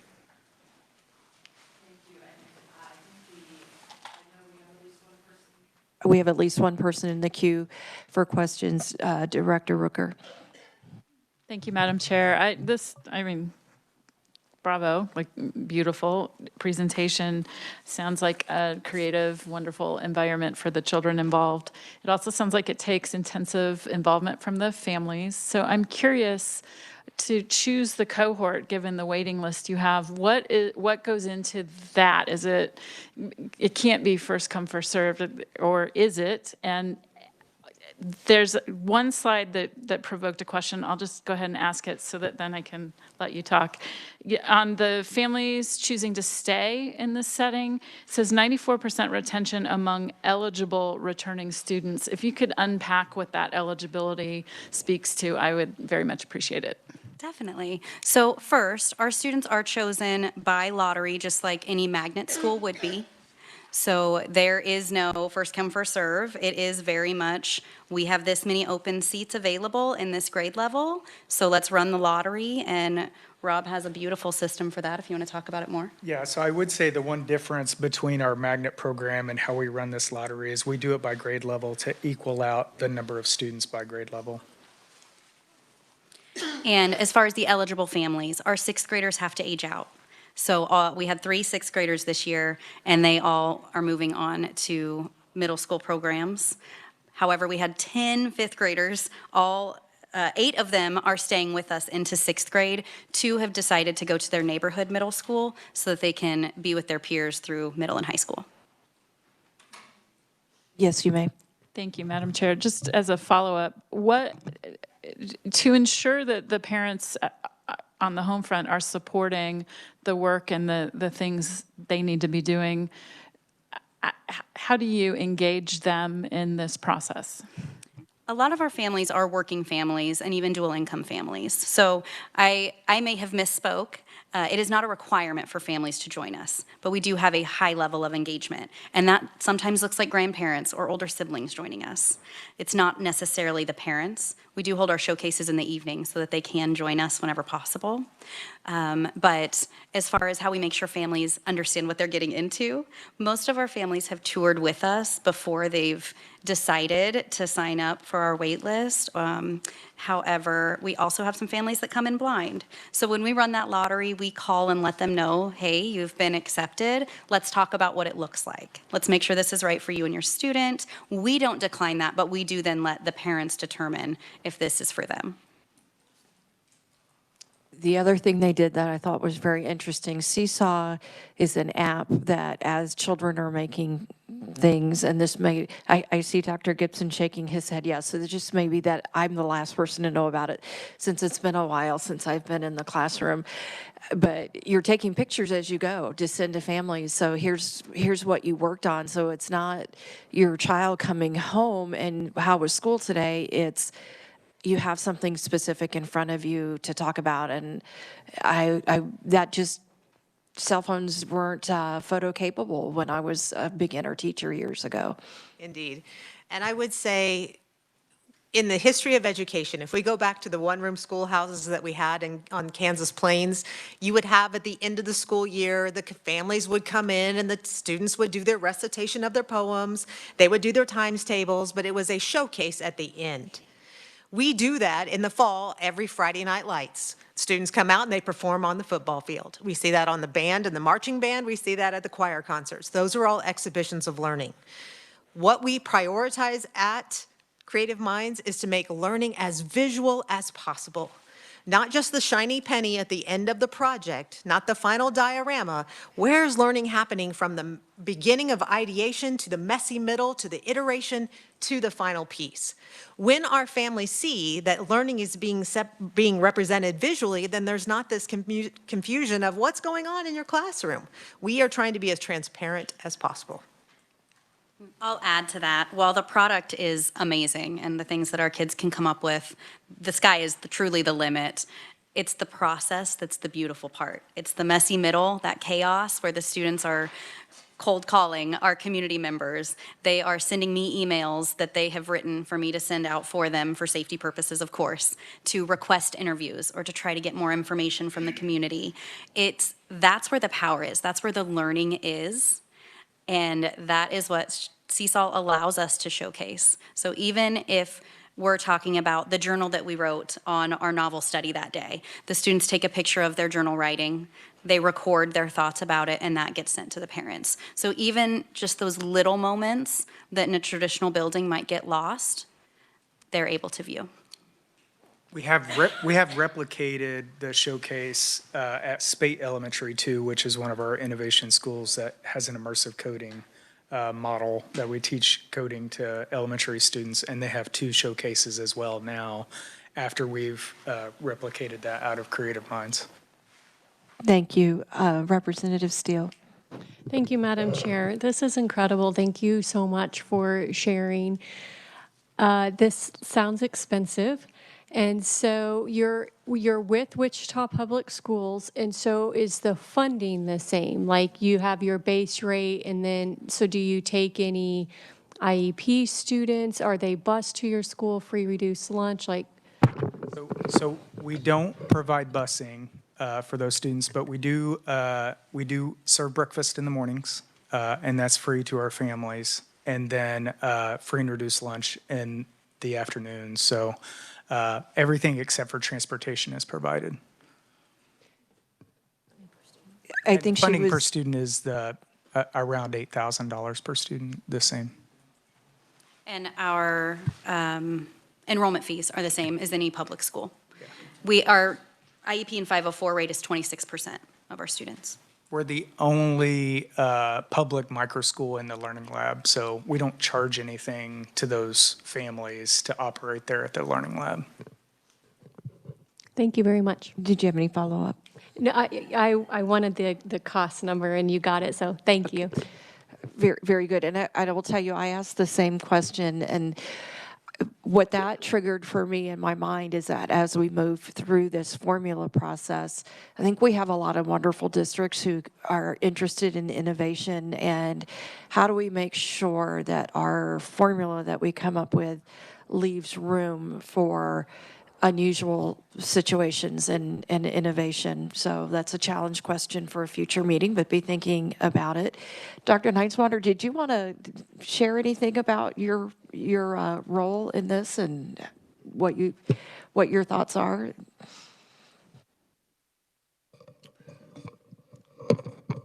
Well, thank you. So I'm just going to come up with what's on the top of my head. Of course, Diane Smokorowski has been a leader that I've got to be involved with for quite a few years. And yes, you know, COVID put a pause on things, but the whole idea of redesign was to look differently. And I think with all the districts, we were up to 60 some that were trying to rethink the modern day experience of we move kids based off of age, a set of content for a period of time, and that conveyor belt that was set up years ago, and they were doing a great job. And I think what we found mostly with the issues was more policy,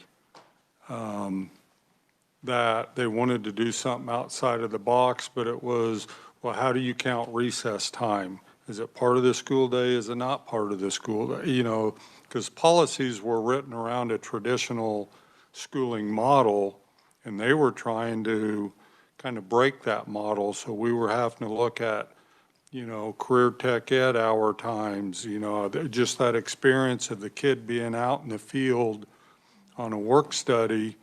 Well, is that counted towards average day? I mean, it was that kind of stuff that were the challenges. But it's great to see this, and then how do we share this in a way where more schools can learn, well, all right, it shouldn't matter whether you're urban or rural. It's how do we do something that's a different experience for our kids, especially, you know, age banded, because, you know, it's just the modeling that kids can do for other kids. So anyway, hats off. And You know, wherever Diane is, there's something creative going to be happening. So when we were visiting before the meeting, Dr. Nineswander shared with me that he was involved in the very early setup process. So I put you on the spot, and thank you for jumping in. On my list, I have Representative McDonald, then Chair Getz, and then I do have a question. Go ahead, Representative. Thank you, Madam Chair. I just had a couple, excuse me, a couple clarifying questions. I'm trying to wrap my head around how you do this. Do you have, like, how many kids per grade? How many kids per teacher? And then on these charts, I was looking particularly at the first grade chart. How many students does that represent? Is it just your last year's first grade cohort, or is it all of your first grade cohorts combined over the last whatever many years? The data on the slides are just from this last school year. As far as how student seats are chosen, we try to keep it as even as possible while understanding our littles take more and need more one-on-one time than our bigs. And so while our grade band normally looks like K2 or K3, depending on need, and then we have 3-6 or 4-6.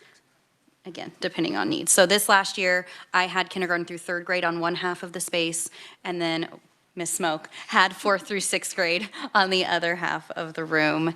And we integrated often. Again, we share students based on ability and need and where they currently are. We meet them where they are, not what their age or grade says that they need to be. But the seats themselves, they're as even as they can be, aside from 6th grade. We never take a new 6th grader on. Our 5th graders are able to move up into 6th grade or choose to go to another middle school, but we don't take a new 6th grader because it's very difficult when they've had 6 years of very traditional education to jump in at that middle school level and feel a part of the community and be able to do the things that we are doing, right, without unlearning a whole lot. So as far as seats numbers, I don't know what the specifics would be. Yeah, I'd have to look that up, but you would just average out the number of grades to 40. So we take a dual classroom model. Last year, we started with just one classroom, and this year, we're in a dual classroom. And I think as we replicate throughout Wichita, we'll replicate the 2 classroom model. It seems to work really well with a STEM space. So we're taking we're about to expand to Benton Elementary and modify the north side of Benton Elementary. And we're adding a STEM space, a podcast room, and then you have a dual classroom model that has a partition similar to what you visited at the Learning Lab. And in that 2-teacher model, never more than 40 students. Okay, that was really my question I was trying to get to. Thank you. Chairman Getz? Thank you, Madam Chair. I'll read off my questions that have already been answered. Staff to student ratio, cost difference from traditional model, same funding model, and then the last one maybe that hasn't, you've kind of touched on it a little bit, but like footprint. You've talked about being able to expand and maybe take a 3rd and 4th grade classroom and put them together and be able to have this modeling and interaction. But at your main location, because I haven't visited it, I would love to. Is it kind of an entire school? Is it a wing of an existing school? And what would kind of Without getting work into best? too many details, I would say that today, some of what Benton allows us to do by putting it in a school within a school is helping with those needs, whether it be special ed needs or other needs that we have that just aren't there. But as we expand to other locations, you'll probably have where we find an anchor school that we can do that at geographically. But then the other spaces probably won't look like school spaces. So, but it will stay that dual classroom model. We may put 4 classrooms in a space, but it will stay a dual classroom model with 2 teachers, team teaching 40 kids. Talk about Wichita State. Oh, yeah. We are also partnering with Wichita State University, and so one of the things that Olivia talked about was talent. And so this next year, we're putting some of those paras are actually pre-service teachers. And so we'll have those part-time paras as pre-service teachers so that they can understand the environment and understand what's different. And then hopefully the likelihood is hiring them as teachers as we expand the program.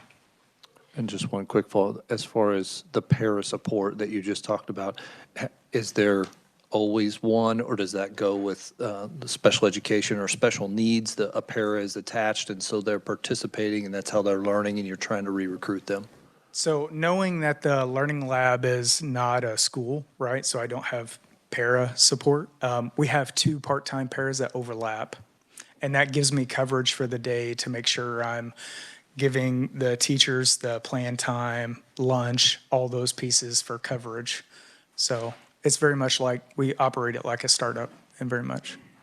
Excellent. Thank you. And So- thank you, Madam Chair. Sorry, to follow up on your question about Learning Labs specifically, because it is a shared school model. We do have our private space, which is our classroom, and then the maker space, the podcast, the video studio, all of those things are shared. So we just reserve those through an app. But we do have, you asked if we had like a little wing, we do have our own classroom space with there too. Yeah, come visit. Very good, Representative McDonald. His question made me think about another question. When it comes to kids who come to you with an IEP, whether it's just like speech for articulation or more intensive needs, are the parents having to, I guess, opt out of part of what would be recommended to attend your school? Like, because you probably don't have a speech pathologist on staff, for instance, or. We do not have one on site, but we do partner. Thank you. We do not have one on site, but we do partner, I'm too short, Ms. Smoke, with other elementary schools. So right now, our anchor school is Franklin Elementary, so their CST will serve our students. Their hours may look different, but they are still receiving those requirements. They do not have to waive services. I just was thinking about a bill that we passed last year to allow speech, I'm not going to say it right, speech therapist assistance. Yes, thank you. So that might be an option you might look into in the future. Thank you. All right, I'm going to get the last question in, and then we're going to move on because the hour grows late. You said you were on the 5th grade page slide, and you said 94% of students increased comprehension. Was that just your 5th graders, or was that school-wide? That was school-wide. The 91% that improved on fluency and the 94 for comprehension were both school-wide. Okay. And the follow-up to that is, an increase is good. It's definitely, growth is so critically important. But how many of them get from the red zone on a fast bridge to a high yellow or a green zone? Can you describe how the movement is going? Quantify the movement for me in some way? Yeah, I would say a majority of our I can't give you an exact percentage off the top of my head, but a majority of our students who are sitting in Tier 2 make it to Tier 1 by the end of the year. Our friends who are in Tier 3, I've seen them make it all the way to Tier 1 or even college pathway in that 1-year process, but a majority of them, over 90%, are making it at least up into that Tier 2 from Tier 3. Thank you very much. Appreciate y'all being here, and I appreciated the way you guys were really closely monitoring growth and what that looks like. And I do have to wish you a great drive back to Wichita. Thank you so much. Thank you. Okay, so now we're going to get back onto schedule. So it's Dr. Nugent's turn, and I had kind of put her on the agenda to ask kind of where are we going with state assessments? Because I think we frequently say a state assessment is one element, and measuring growth is important. And so I wanted to get an update of where y'all are going and what innovations you might have that you're able to share with us. So Dr. Nugent, thank you for substituting for Dr. Harwood today. And let me visit with Jennifer just a second.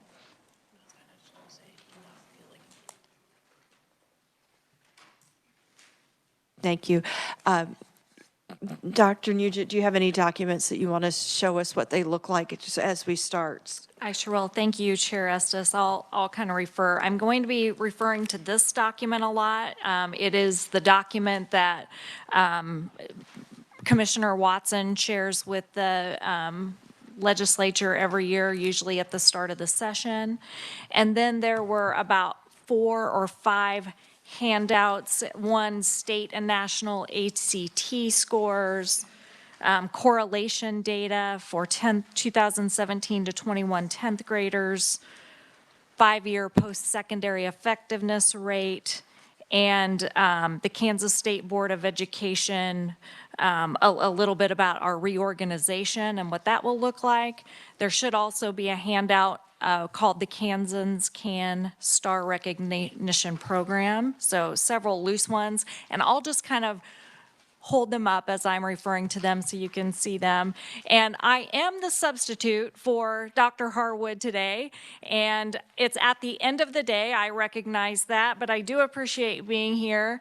I am going to probably repeat some information you've already heard at the beginning, and then I'd like to kind of get through my stuff and then be open to any questions that you may have as I get through. And I would also just note that we are in transition with commissioners. And so I'm going to give you kind of our current state and then a little bit of our future state as much as we know at this time. So I do appreciate the opportunity to be here, and I am going to talk about state assessments, but I'm also going to point out that all of the measures that I talk about, whether it's state assessment, graduation rate, those are all single measurements.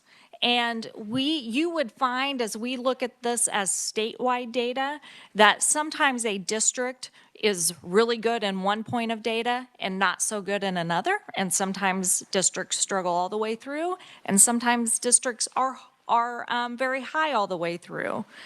But I want to talk about student outcomes, including but also beyond a single test score. So I'm going to start with graduation rates, and it would be in this book on page 17. And I'm just going to give, you've seen the data, so I'm going to give more of a quick overview. When we look at graduation rates in Kansas, we do continue to see improving outcomes compared to many states nationally, which has been talked about today. One of the reasons this does matter is because it remains a clear indicator that a student is staying connected to school. And staying connected to school means progressing towards some post-secondary opportunities. But I want to point out that Kansas has really worked to move beyond simply asking whether students graduate. We're also asking, are they graduating prepared? Are they leaving with meaningful experiences and opportunities? Are they prepared for college, careers, military, or workforce? So sometimes we just look at the graduation numbers and we think, but I want to point out that those numbers do lead to opportunities. And we do know with graduation rate that without a high school diploma, your chance of living in poverty is 21% versus with a high school diploma, 14%. And then some college or associate's degree, that already breaks down to 9. So if we can get them to stay in school and get that diploma, we're giving them some opportunities potentially beyond high school.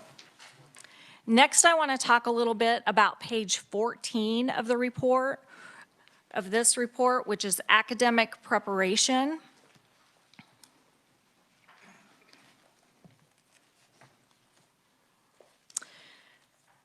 Here you can see that Kansas students are continuing to participate in college coursework while still in high school. Advanced placement opportunities are increasing. We've talked about ACT, and I'm going to dig into that a little bit more. And then career and technical education pathways. All of these indicators matter because they reflect students are engaging in rigorous learning experiences. If you look at the total number of AP exams taken and the number of scores that are 3, 4, or 5 from 21 through 25, in 2021, a little over 8,000 students scored levels 3, 4, or 5 on the AP exams. In 2025, that number increased to 15,930 students. Students earning college credits while in high school are already building momentum towards post-secondary success. AP participation and performance indicates access to advanced coursework. ACT data helps provide a nationally recognized benchmark of readiness, and career and technical education participation demonstrates students are developing workforce-aligned skills and credentials. So I do want to refer to the handout. I think when it came through on the email, it was 4.1, but the state and national ACT score handout. And I just wanted to give a little more context into some of the conversation we had earlier, and some has been answered. Shortly after COVID, some universities quit requiring the ACT as an entrance exam. And so whereas students used to take the ACT multiple times to get into to get either a better scholarship or to even just get into the college of their choice, now we're finding students often just take the free one, and they don't take a second or a third time. And historically, the more times you take the ACT, the more your score improves. I like to travel around the state and get into classrooms and really see what is happening in a classroom, how kids are learning, what curriculum is being used, is there really too much technology? And just to give an example, a couple of weeks ago, or in March, I was in an AP classroom at a central Kansas community, and I said, how many of you have taken the ACT with the free opportunity? All the hands were raised. And I said, how many of you plan to take the ACT more than once? 4 hands went up. This is a pretty a higher poverty district, so they weren't going to pay to take it more than once. I went to a more affluent district towards the end of the year, same thing, walked into an AP class. How many of you have taken the ACT? All the hands in the AP class went up. How many of you plan to take it more than once? 74% of the hands were raised. So I do think that I really appreciate the state's willingness to pay for the ACT. I do think it provides some opportunity. It is my understanding that more colleges are bringing that back as a requirement for entrance, and so with that, I would anticipate some increased access or increased participation. I also would like you to look at this page, which is the correlation data, 2017 to 2001, 21 10th graders. When you look at the high two, this was the 21 data, it shows ELA graduation rate, math graduation, ELA post-secondary, math post-secondary, ELA ACT, and math ACT, how that relates to low ones, low twos, low threes, low fours, and then the high versions of that. If you look at that high two, low three segment, and you look at the ACT scores, 19.7%, I think that's right, yeah, in ELA ACT and 20.2 in math, and then the jump to 22.7. That low 3 percentage rate is actually the 75th percentile of ACT. So it's a pretty good correlation of that proficiency rate and ACT. Next, if you could turn in this booklet to page 28.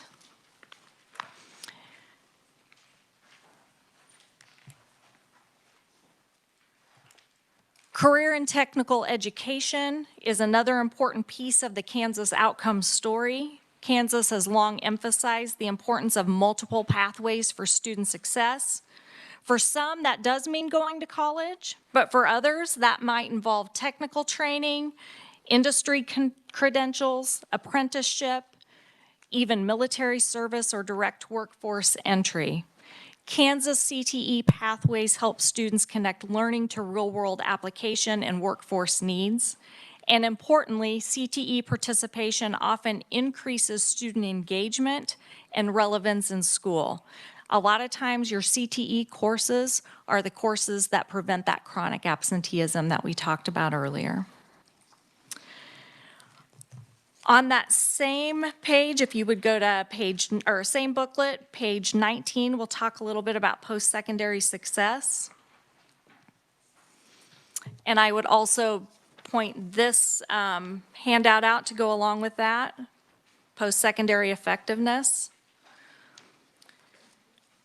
Some of the most important data we do look at is post-secondary success and that cohort data on page 19. Ultimately, we want to find out not did students just pass a test or do well, but what happens after high school. The cohort data does allow us to examine whether students successfully transition into post-secondary education, credential attainment, workforce participation, or other next steps. It does connect K-12 outcomes to real-life outcomes, but I do want to point out some deficiencies in this. One, we do have a lot of students who enter the military after school, which is definitely post-secondary success. We are finally getting into a pilot with the military who will allow us now to track that data. So it's not on here, but moving forward in the next couple of years, we expect that to happen. Also, there have been some talks about partnering with the Department of Labor and determining what real wage would look like in also determining post-secondary effectiveness outcomes. So what would a living wage need to be for a student who entered the workforce? Does that include access to health care or health insurance and benefits and so forth? So we're really working on that to have this be a more accurate reflection. Some schools are doing that independently to the best of their ability by reaching out to students, what are you doing, what are your jobs after high school, but we need a true systemic way to track that data. I also want to talk a little bit about improvement initiatives, but that will also be highlighted at the end when I talk about our reorganization a little bit. If you turn to page 8 on this report, I want to talk about literacy. Kansas, and thanks to many of you in this room, have made significant investments in literacy initiatives because it does remain foundational to future learning. We know that if students cannot read proficiently, it impacts every other content area and long-term opportunities. The state's emphasis on structured literacy reflects what research continues to show. Students benefit from systemic, explicit, evidence-based reading instruction. It's not simply an initiative, it's foundational infrastructure. As you know, we now require a seal of literacy beginning in the year 2028. I think I have that right, I could be wrong. We are nearing 50% of current licensed teachers who would have to have that seal of literacy have already put that on their licensure. I talked to Mr. Carter, our licensure person today, and he said that number should jump as they get new licensures and people are finishing this cohort of letters training. We also, as you know, with the Blueprint for Literacy, will be working on getting those licensed reading specialists in classrooms over the next several years, as well as looking at high risk for K-3 specifically to implement an individualized literacy plan beginning in the 27 school year. On page 10, I just want to briefly talk about school improvement.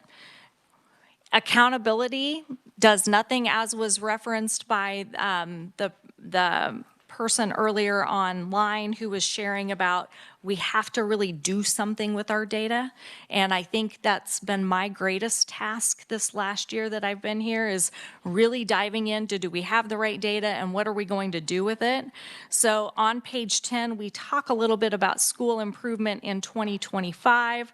I will also preface what that might look like moving forward, but our focus is really looking at, do we have high quality instruction happening in classrooms? That's why I've been going out into classrooms.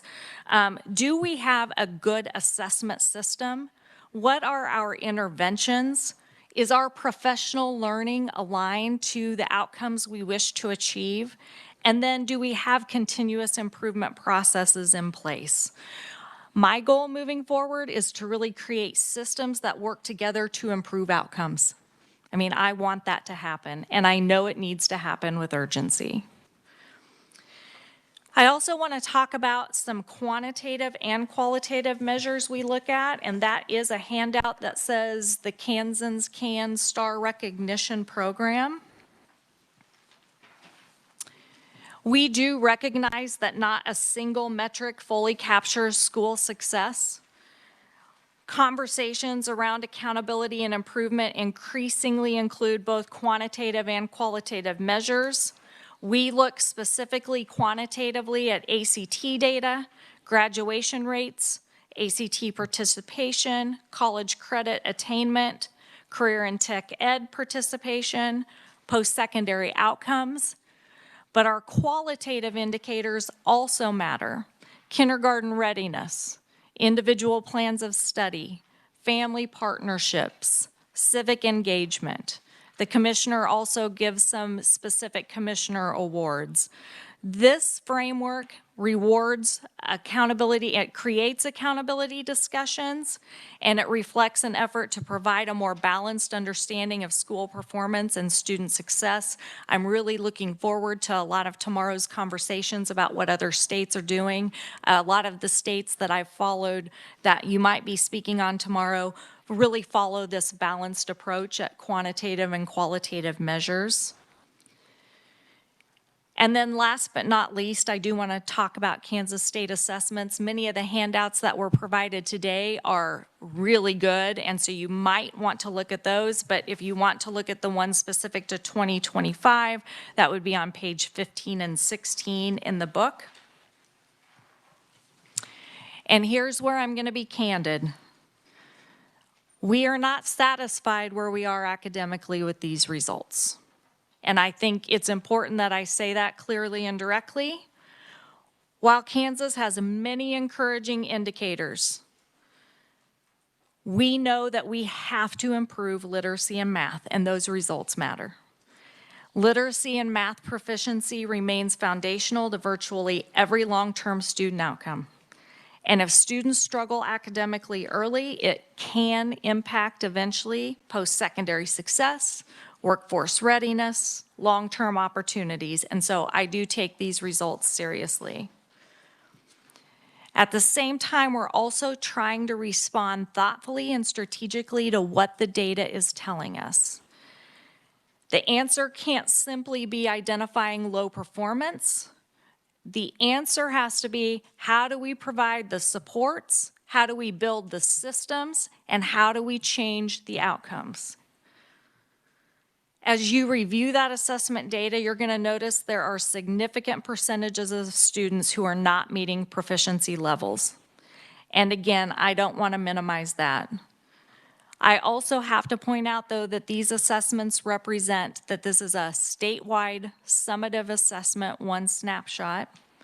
It is aligned to our standards, which go very wide and not as deep as I think they need to be. They do help us to identify some strengths, gaps, trends, and areas requiring additional support. I don't want to hide from the data. I want to organize the data around improvement, and that has to be the focus moving forward. I think Representative Estes was, or Chair Estes was asking me maybe to talk a little bit about assessments moving forward, and I think balanced assessment system is critical.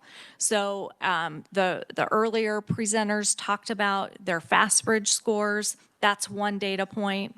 State assessments are a data point, but we have to be able to use all data to drive instruction and see where we are regularly throughout the year so we can really build that improvement. And then we can look better at not only year-to-year growth, but every 9 weeks growth. And that growth can be the snapshot that they referenced, high risk, medium risk, low risk, but it also has to be end of the year outcomes. I think that we can't do that without looking at all of the supports that we have provided across the state. I did a kind of an audit of What all supports are we providing in the agency? And that audit went so wide that we weren't really focused on a set number of things that we really believe can change that trajectory. Structured literacy, everything we do has got to be around structured literacy. Quality instruction, and when I say quality instruction, I mean at grade level, rigorous instruction. Standards alignment. Is what we're teaching aligned to the standards, and does it reflect a balanced assessment system? Because if curriculum isn't aligned, instruction suffers. If assessment isn't balanced, meaningful interventions miss the mark. If literacy is weak, every content area is impacted. And if instructional quality varies greatly, student outcomes will vary greatly as well. So that leads us to the last handout I want to talk about today before I take questions, and that is that reorganization and support structures handout.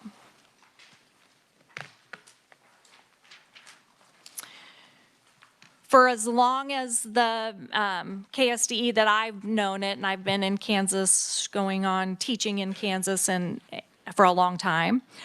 We've had a commissioner of education. We've had Dr. Harwood's role, which Dr. Newen-Swander served in all aspects at the agency, but a division of fiscal services and a division of learning services. Through a budget-neutral move, we are adding a deputy commissioner of accountability and technology to our department. And what that will look like is, do we have the right data that we need to drive improvement? So Dr. Zach Conrad will be leading that division, and then he and I will be working very closely together as he gets the data we need to drive accountability. I will be tasked with how do we support accountability. You can't have the expectations without the proper supports in place to move the needle. This purpose is to better connect supports across literacy, assessment, accreditation, federal programs, and all school improvement efforts. This goal will be clearer support structures for districts, really identifying districts who are struggling to make any gains. Ultimately, coherence matters. Schools improve more effectively when systems, expectations, and supports are aligned. At KSDE, we want the focus to not simply be reporting the data to you, but I want the next time to come and start showing improved outcomes. We have to continue, and I'm going to say this over and over, to emphasize structured literacy, quality instruction, standards alignment, balanced assessment, and coherent systems of support. And I'm going to close with this. Kansas has to expect high expectations for their students, but we also have to ensure that when we evaluate those outcomes, we look through a balanced and honest lens. One assessment score alone can't tell the entire story of every student or any student, a teacher, a school, or a system. The goal is not simply to measure performance. The goal is to create lifelong learners who contribute effectively to our society. I like to give this example. Last week I was in Southwest Kansas. I happen to have a little grandchild out there, so I have a lot of wants to go out that way. And I was speaking with a person who said, you know, wait till you see our ACT scores. We have improved 5 years in a row. Well, that doesn't show up on that thing I held up about ACT scores declining, but that was a specific indicator that this district, who has a very high ELL population, a pretty high at-risk population, is seeing their ACT scores improve over 5 years. We have to look at trends as a state, but we also have to look at trends in individual districts. We have to get into classrooms to really get a pulse and a measure as to what is happening, and then provide supports accordingly. And I'd be happy to stand for questions. All righty. I'm going to kick us off with a question because last week some of us were at a blueprint for literacy meeting, so it's inspired the question. And as we're trying to measure success, and we're also trying to find the right measurement tools, you can tell me how many teachers have a seal of literacy. It's very clearly articulated. Are you able to tell me how many actual classrooms are utilizing the seal of literacy principles? I'm really glad you asked that question, Representative Estes, and I am so sorry I missed that meeting last week, the Blueprint meeting. I was babysitting a grandchild, so I took that as priority. We are developing tools to measure that at the Kansas State Department of Ed. So I couldn't tell you right now. I can tell you the number of schools who are implementing high-quality instructional materials which align to the science of reading. I have that data not with me here today, but we want to start seeing it in action. So we want to start doing some audits across the state, informal, just now you've been trained. Hopefully you have the materials. Now what's implementation look like? And if it's not, how do we support you, not punish you? So there was good news and bad news at Blueprint meeting. The good news was if you had high-quality coaching, your students were making statistically significant gains across the board. And we had some of the teachers speak to us who had gone through the coaching process and the difference that it made for them. But unfortunately, the anecdotal information for them was some of them had principals and assistant principals or fellow teachers who said, oh, I did what I needed to do to get my seal, and I'm not really using it. And so that, I think the data can tell us by the rate of improvement that we're seeing, whether or not it's being done faithfully. And so I hope that the department is able to help districts key in real quickly who might have the seal but isn't really implementing it because I think the results kind of tell you the answer to that. But the millions of, I think the department put in 24 million for letters, or at least close to that number. In the state, we put in 10 million for the initial blueprint. And to see that investment get ignored, we really are hoping to partner with the districts and with you guys to make sure that we are being faithful to know for what we know works. Yeah, so that is a very good point. So really phase one, I would say, is getting the seal, but that if you just stop there, we're not going to see improvement. You have to implement. So we have currently many, I want to say 300, who have completed or are in the midst of coaching cadre with Dr. Lori Curtis. She is walking them through structured coaching training. And then some of those who are now trained, so they had to be letters trained, and then they had to become trained letters facilitators to qualify for the coaching model. So they have to really understand that science.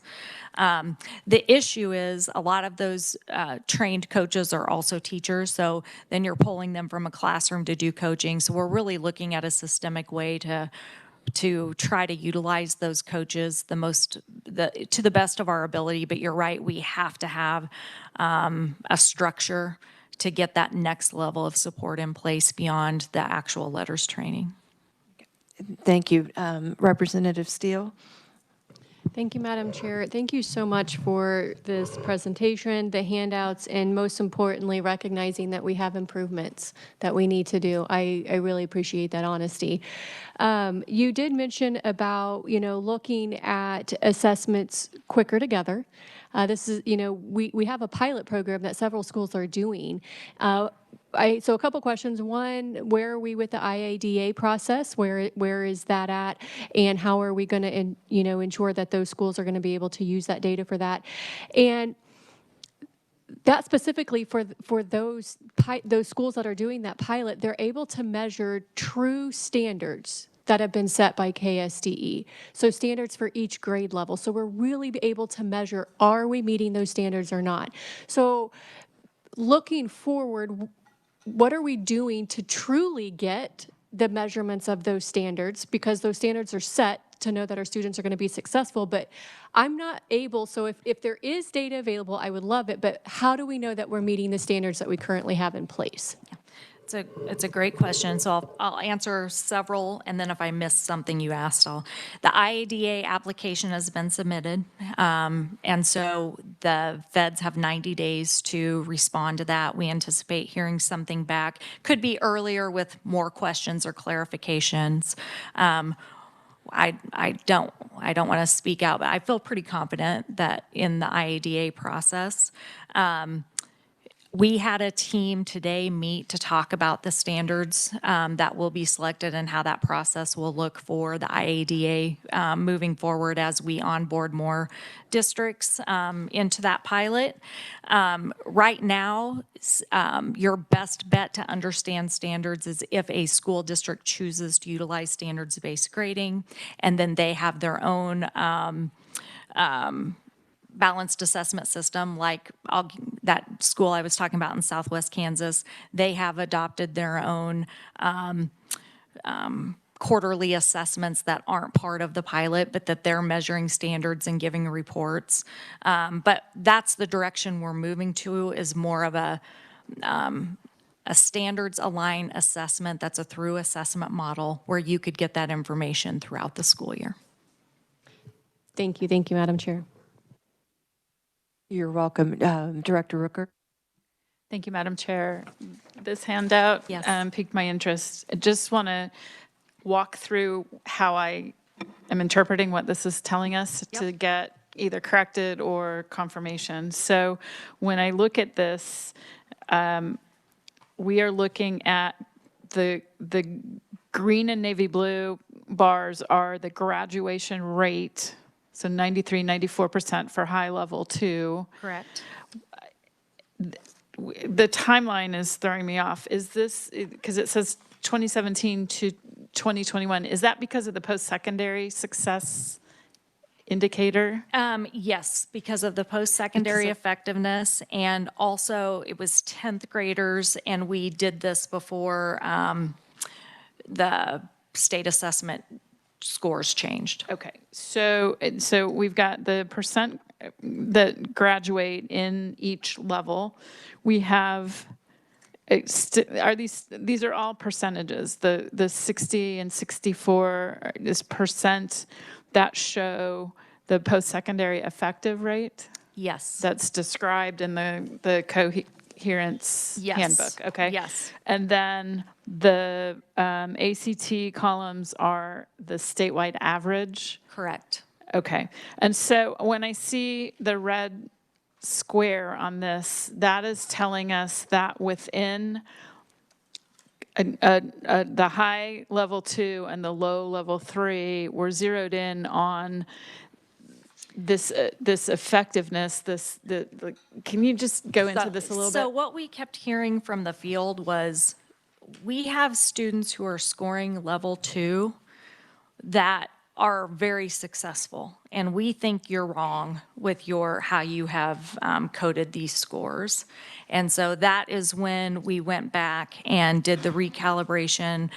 When the new assessment was administered, we had listened to the field. They wanted a shorter assessment. Anytime you have a new assessment, you have to have new cut scores. And so we looked at this data to help determine better where those cut scores could be recalibrated to better represent this high level 2, low level 3 as it relates to graduation rates, post-secondary effectiveness, and ACT.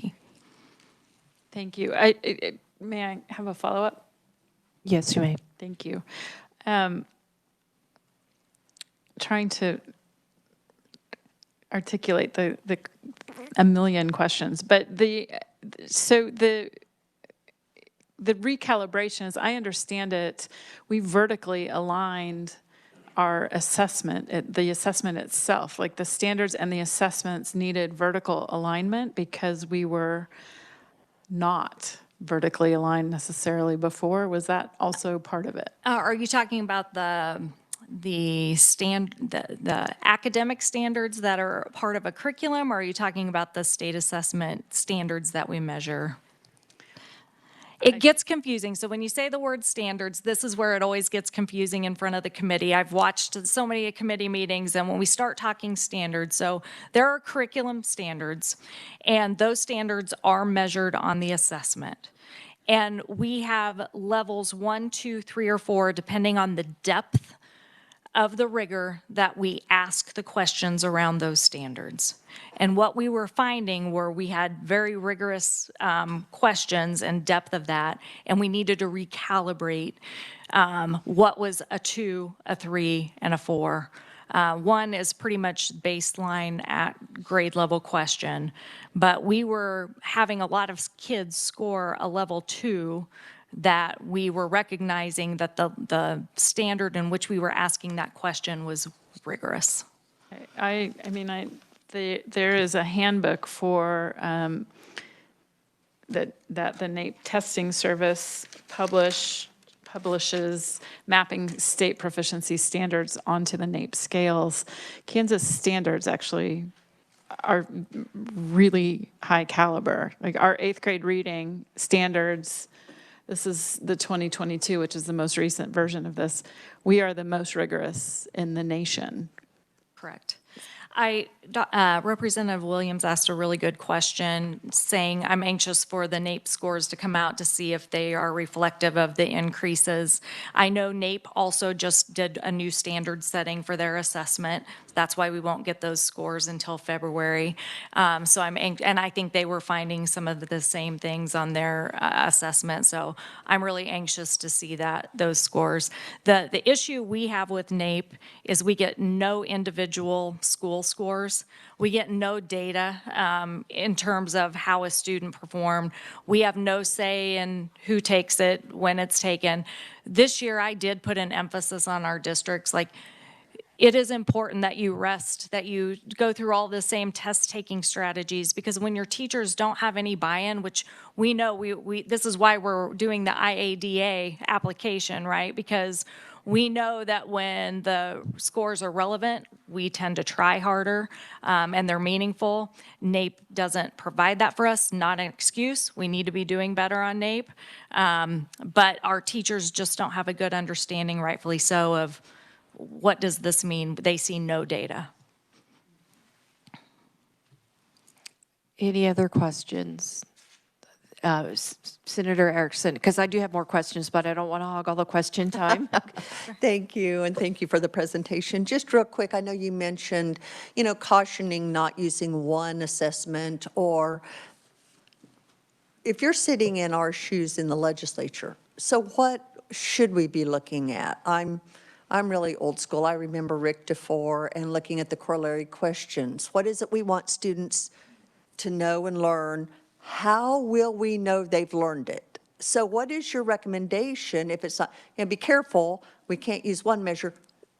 What would you say? Because I know we hear a lot of criticism of the NAEP around this table, but many times I've heard Commissioner Watson say it's the gold standard for education assessment. And I don't want to. So what should we look at? Thank you, Senator Erickson. I didn't mean to interrupt. I agree that we can't discount the NAEP, and that isn't my intention at all.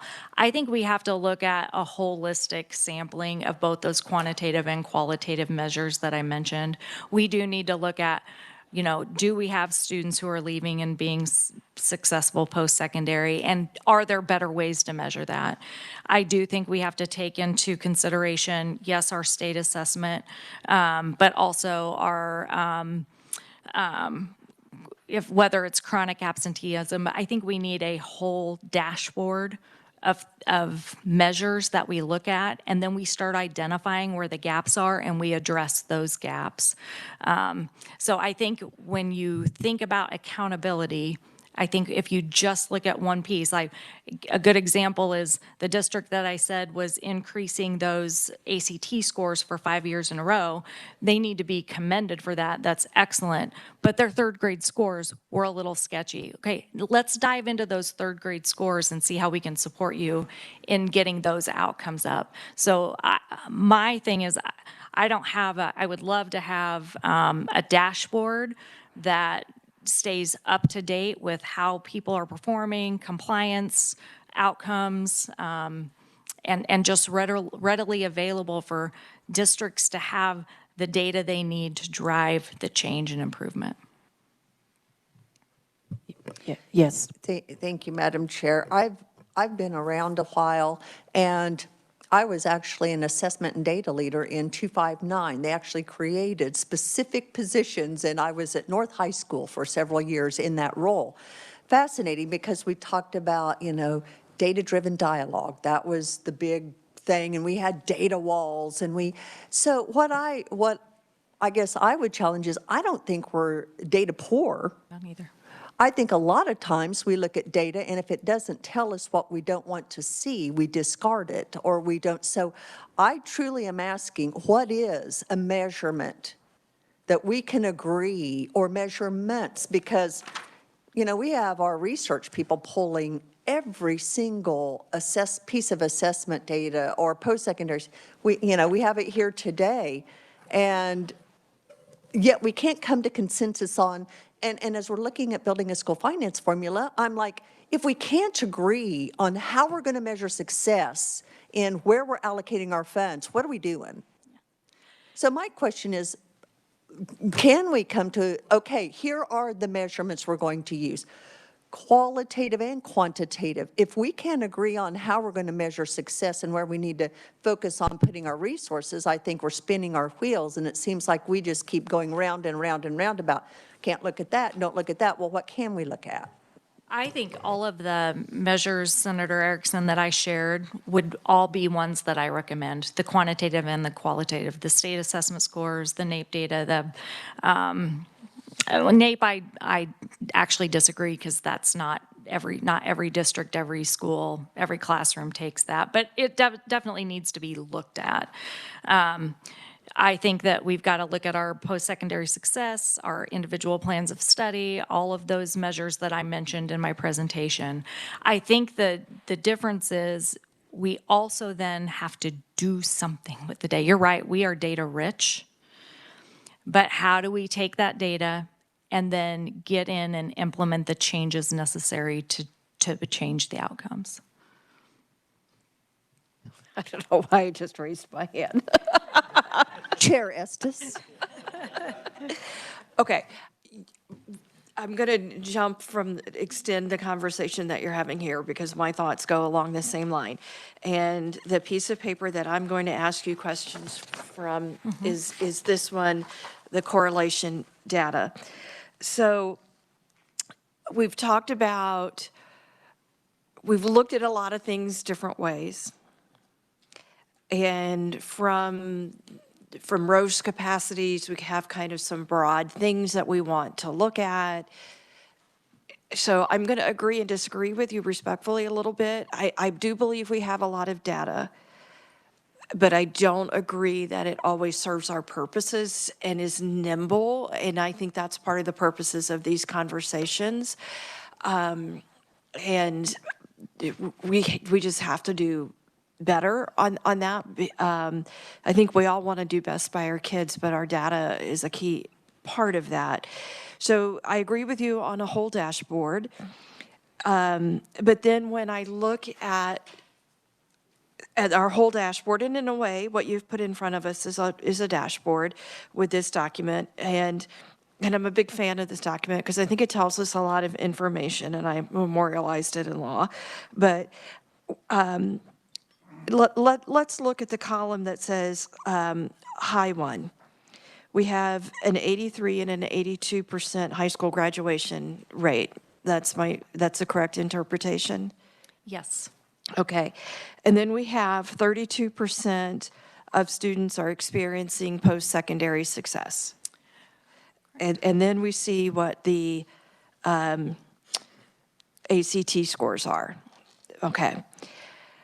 Here's where I see a big gap on one of our measures, because in Rose capacities, we said we were going to look at graduation rate. We're excited to see graduation rate go up. But I see this huge disconnect between an 82% graduation rate, and by the way, the reverse of the 32% are experiencing means 68% of those high school graduates aren't.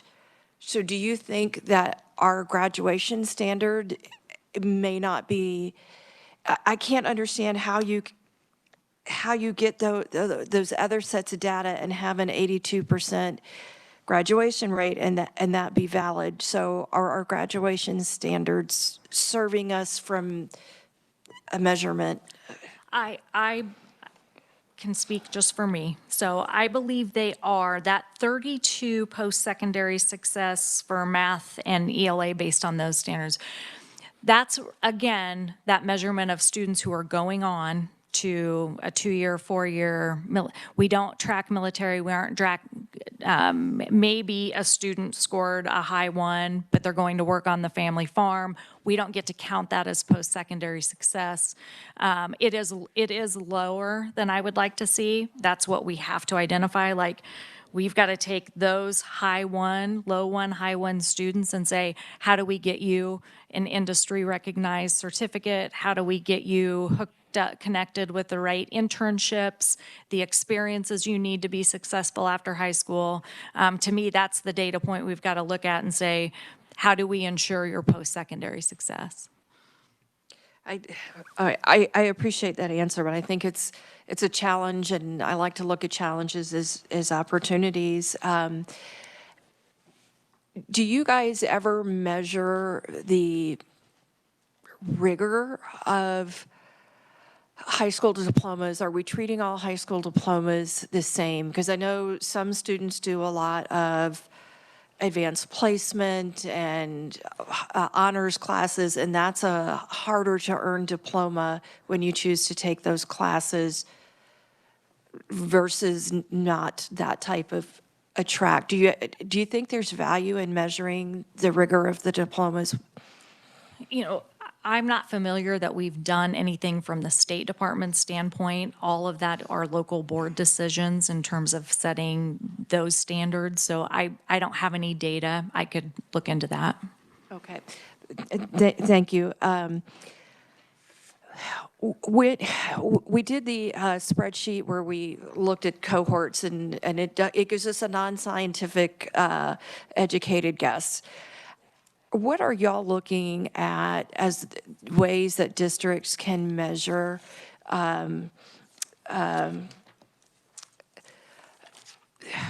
growth within a year? Because I want to give credit to the teacher who has students come in who are low, and they've moved them up. They may not be where we want them to go, but they've made a lot of progress, and that progress and growth is really critical. Have you guys been having conversations about that? What would you advise us to do? Yes, thank you for that question. That is the most exciting answer that I have, is we are working on a growth model at this moment. We have one that we really like, but now that we have a new division of accountability, I want to bring that person in to give us feedback on that growth model. But I would anticipate we would have a growth model ready to share with our state board and then ultimately with you in the very near future. I'm very glad to hear that. Dr. Neinsmonder and then Representative McDonald. You know, when you talk about a dashboard, you know, I've always thought, you know, that we have 14 people around the table here. And if we all went to the same physician for our checkup, we will all have different heart rates, different blood pressure, different, I mean, we are, in every school district is the same way. They have different risk factors, they have different makeups, they have different community supports, they have different, so when we look at all of these different, looking at a dashboard, we will look totally different than a district with a lot of other risk factors. One challenge we have, and I think we all have that we're trying to get our arms around, is the mental health. We're partnering with our county guidance center. We've got 2 school-based clinicians. We're looking for another social worker. But, we're just all looking at how do we address whether it's chronic absenteeism, whether it's mental health. We are dealing with 20% of our students live out of district. We have a lot of mobility. So every year our teachers are having to get to know someone, and we have a lot, so just that turnover. So I think when we look at, they're all important measures, but we all have our own unique district DNAs that we also have to look at, because I know the neighbors to the west of, or east of us have a lot more challenges than we do in certain areas. We have different ones, and it's, so but I think it's just the collaboration of how we look at that and how we can learn from each other. And the key is, can we move from a point A to a point B? I listen to a lot of this. A lot of the things that our teachers look at, and our curriculum person will be presenting to the board here at the June meeting, a reflection on our growth this year. A lot of that you'll never see because it's local measures that we don't submit. I don't know if that's a place where we'll ever get. I know with every student can read act, we're all going to have, but those are just things that, every time I leave my annual physical, I have some instructions that I, for the first month, I really am dedicated and I follow it. And then 3 months later, I'm just taking the pills that I have to get it. Okay, I'm not supposed to have as many of those, but I do think that, looking at the health of a district from a lot of different lenses, because every one of them is important. And I don't disagree with you. I think that we need a round set of measurements that help give us a composite, and I think it's reasonable to want to take into factor some of the circumstantial things, socioeconomic, attendance, and those things. But if you guys are doing it at a district level, that gives me hope that we can do it at a state level. But if you wanted to, you look like you want to respond, go ahead. Well, no, and then how do we hold the ones accountable that are not? I mean, I have relatives that I'm like, you are not listening to your physician. And, so how do we put a system in place that we ensure that the ones that aren't are?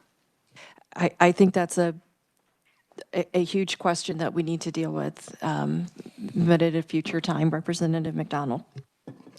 Thank you, Madam Chair. That's a pretty good lead-in to what I wanted to say. I've been invited a couple times over the last month to Piper High School to help with their project-based learning. And they had like a practice round where we had speed dating, basically, where I was able to look at their resumes and ask them questions as if we were in a job interview. But this is all part of their senior capstone project, which culminated in a group of professionals from across all sectors to come to the high school, watch them give their presentation, which included a PowerPoint in their resume, but also an entire website, many of which had plans, like it articulated their plans for future jobs, and it talked about leadership opportunities they'd been in. There was a rubric. I love that this school did it, and it was a heavy lift, so I was really impressed. Shout out to Piper High School, and Tori Denault is a teacher that kind of leads that. But at the end of the day, that is something that their district has prioritized, their building has prioritized. It was project-based learning, just like our friends from Wichita that just came and presented at an elementary level. How can we include successes like that? Those are the Rose capacities. So if we're going to try to measure, and if we're going to be sure to include Rose capacities as you know, we have also not just been court ordered, but these are good skills that we want to have for humans that we live amongst, right? And so I would love for us to spend some time trying to figure out how to give districts that autonomy that they need, but also communicate.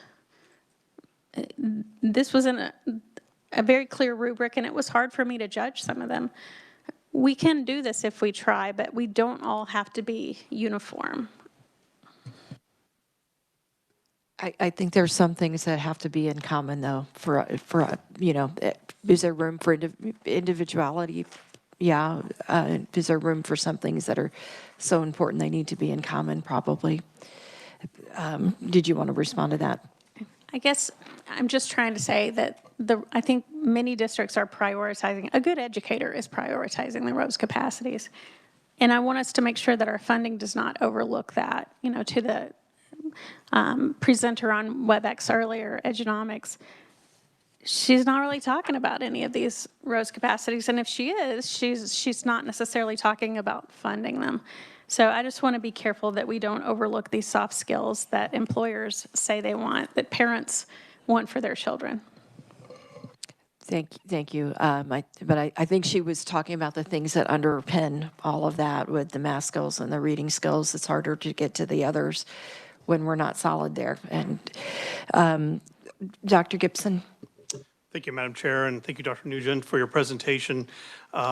There's a lot of information here I'm seeing for the first time, which I appreciate seeing, and I think the field probably appreciate a few of those items.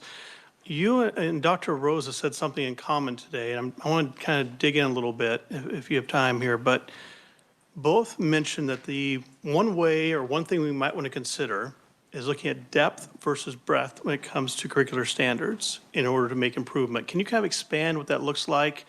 And then if there's anything that's standing in the way from that happening at the state level? Can I give you just an example, Dr. Gibson? You know, if you think about when you look at our 10th grade math scores, right? Those scores really start declining in middle school and high school.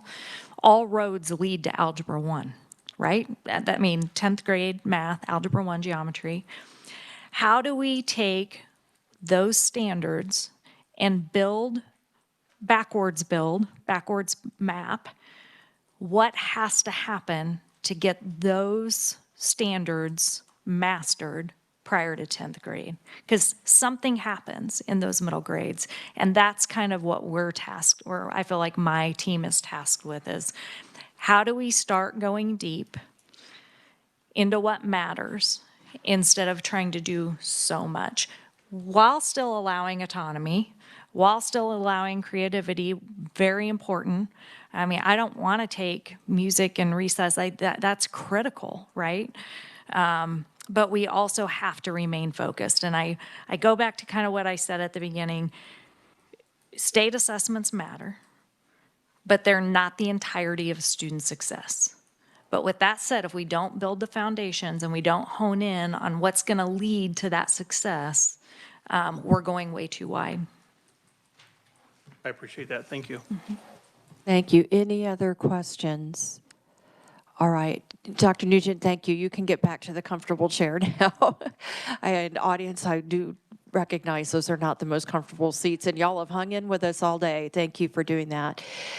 So now we have Matthew, who's going to give us kind of a review of some of the things that we asked for previously. All right, welcome again. So I will be dealing with the remainder of your packet, which is just a few items. I will not necessarily go into a lot of depth, given the time. A lot of the idea with this was to try and go over them so you were aware of them, so that then if you have time and are reviewing them tonight, you had an opportunity for further questions tomorrow. So, obviously, please let us know. We just wanted to kind of go over them. So, starting off with the first two, going in kind of order of how you should have them. The first one would be a white packet that says Congressional Research Service. There had been some questions last in April around how the Title I formula worked, both as part of how some schools receive some federal money, but also, I believe, largely in part to the fact we had an at-risk model that utilized that, essentially piggybacked on that formula to distribute at-risk funding. So both the congressional research one explains more of how the formula works, how it is calculated, and then the following, that is the blue slides, provides just another way of kind of high level going over it through a slide deck that was presented at a conference. So hopefully both or either of those will help dive in a little bit more with that. The last thing before I will pause for a moment then as well is we have the third thing, which is just a few pages of the U.S. Census Bureau's small area income. Similarly, we had, with some of those models, there were questions about where and how the census kind of developed those poverty levels by school district. That is through this small area income and poverty estimate. This details a bit of their methodology and how they do it. I also have a note on here that was given to me to note that the discussion last meeting about the Mr. Frank from LPA, his testimony in 2017 about it, that it is largely similar, at least to the first couple pages. So again, just kind of noting how those were for some background on a few of those models. So I'm happy to pause for any questions now, or again, always happy to take them tomorrow after you've had a chance to digest a lot of this content. Questions for Matthew? Seeing none, let's move on. Thank you. Mentioned earlier, we have the concordance tables from KSDE for the 24 to 25. If you have not had a chance to look through these a lot before, some various times in session, I will just note that they are provided by grade and by test. Each grade and each test, from what I have seen, are slightly different. So it is not just, if you look at third grade ELA, you'll understand how ELA for each grade compares. And so each one is slightly unique. And then moving on, since we've talked a lot about assessments, the gray sheet following it is the special education headcount enrollment by exceptionality. And then below it is that done by percent of exceptionality.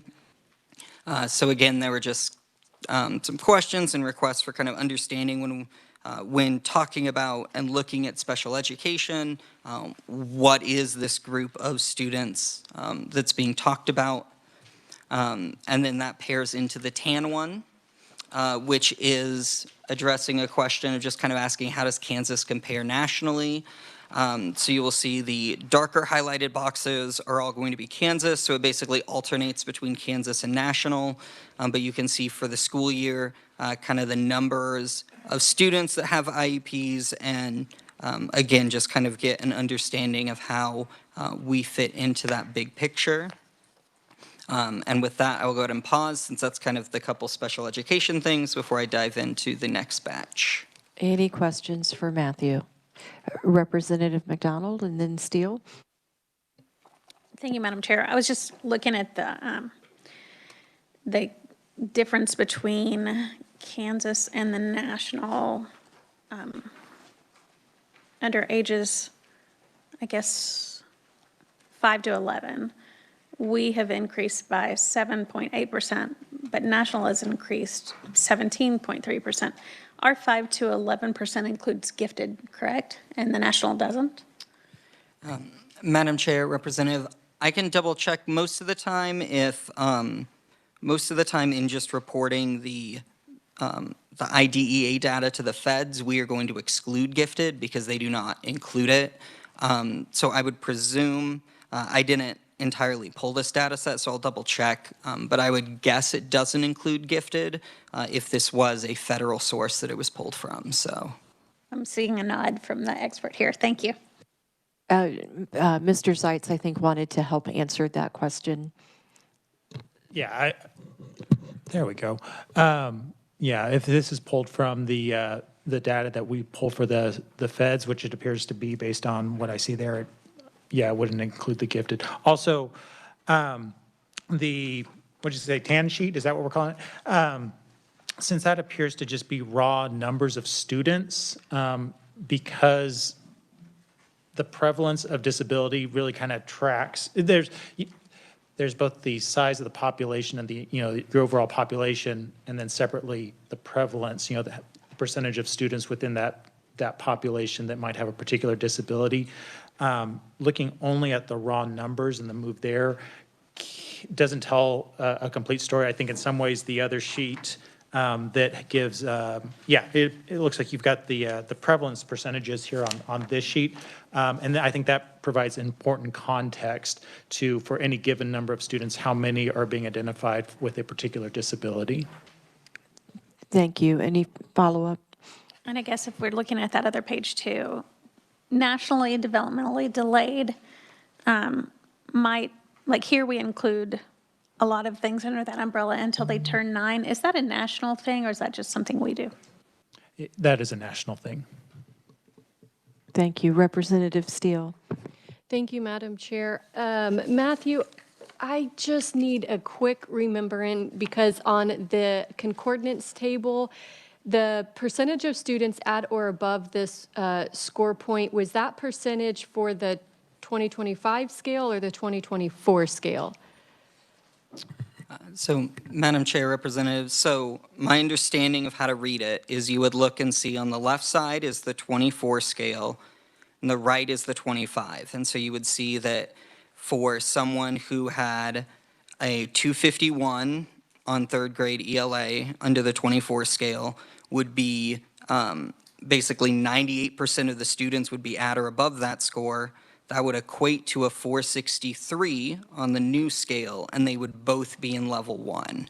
So I think by and large, most of the interest for I think a lot of members is going to be that space where each level switches and seeing the percentage of students at or above that would have been in one level in 24 and would have changed levels in 25, because that's the gap that you're going to see that would alter the scores, not necessarily due to, I guess you would say performance in a sense, but where the numbers would have been different, I guess, if you would have made, if these scores were maintained on the 24 level. Okay. So. All right. Thank you for that reminder. Thank you, Madam Chair. You're welcome. Any other questions for Matthew? Matthew, proceed, please. All right. So moving on. So the next one has the colorful picture and is from the from the American Institutes of Research. There had been a question about working on getting some data, discussing any ties between a student's socioeconomic status or what their parents' outcome was and the impact of that on the student. So the primary one is this first document. It was published in January and does denote and go through a variety of some different surveys and just data that is out there to discuss the fact that there is a connection between an individual's, what their parents' final educational outcome is or was, and what that individual's outcome will be. There's at least an impact, even if, obviously not 100% defined. It discusses a variety of some of those elements. And then the 3 documents behind it are some of the research it cites in the back. I just pulled a few of them as well to provide additional context in case you're wanting to go kind of down this rabbit hole. But the overarching thesis of this is that there is an impact, and that it specifically calls out the U.S. as having a bit more of a connection than some other state or other countries as far as the education attainment level of the parent having an impact on the student. So that's the next 4. Again, happy for any questions if you need some, but you have some light reading. Any questions for Matthew? All right, Matthew, I think you still have more, right? Yes, but I will keep kind of going. The next 3 are all going to be on reviser's letterhead. I will let Jason answer any questions you may have on this, but it is dealing with the history of the Rose standards, amendments that have occurred regarding the transfers of money from the supplemental general fund of a school district to specific funds, and then the final was addressing questions of defined terms that have changed regarding the Special Education for Exceptional Children Act. So just a few kind of statutory questions from last meeting. So those are the 3 revisers ones. And again, I will volunteer Jason to answer any of your questions. Pop quiz for our legal department. Any questions for Jason? Vice Chair Erickson. Thank you, Madam Chair. I would just request that Jason give us a 5-minute rundown of the entire history of all of the documents in great detail. Hey, if anyone could do it, I think Jason and Tamara I couldn't tell if you're joking or serious. No, I'm joking. Oh, God, thank God. But I know they're up to it, but I won't put them on the spot. They sure can. All right. If you would like to proceed, Matthew. Yes, thank you, Madam Chair. So the final 4 documents, all of which are relatively thick, all belong to LPA, which I believe both Director Clark as well as my brain is completely failing, but there are post-audit people in the audience. I do not believe either of them were around when these were produced, but they would be happy to assist me in my addled state at the moment. So the first one, though, is estimating cost of meeting student performance outcomes adopted by the State Board of Education. So this was a report prepared for LPA back in 2005 as part of some of the work they were doing. Similarly, there is the one below it that's the shortest of them from 2006 as a cost study analysis on estimating the base level costs for regular education using an outcome-based approach. And then you will have parts 1 and 2 of some 2006 audits regarding free lunch student counts as the basis for at-risk funding. Again, all part of kind of some of that at-risk and discussion from April and just requests for some of that historical research. So yeah, and that's all of our follow-up. Again, want to just make sure you had it so that you had an opportunity tomorrow for additional questions, not that we thought you would consume all of this in 5 minutes. And Thank you. I just have to give a huge thank you to the entire research department for gathering so much data. You guys gave us feedback that you'd like to have the information earlier, and they did their best to get you more earlier. We didn't get you everything early, and we didn't even get you everything today, but sometimes we have to work with when people give them to us as well. But they have worked very, very hard to provide you with everything that you looked for. So thank you, research. We were supposed to have discussion, and I see everybody packing up their bags, so I'm not going to be that person, but we will have more discussion tomorrow, and basically both days we're talking about the same things, so we will come back to that. Director Rooker, you're first in the queue on that one because you had a good question to keep us going. And want to thank everybody for you guys were all very, very engaged, and you asked a lot of great questions today. So thank you all very much. We are adjourned, and have a great night.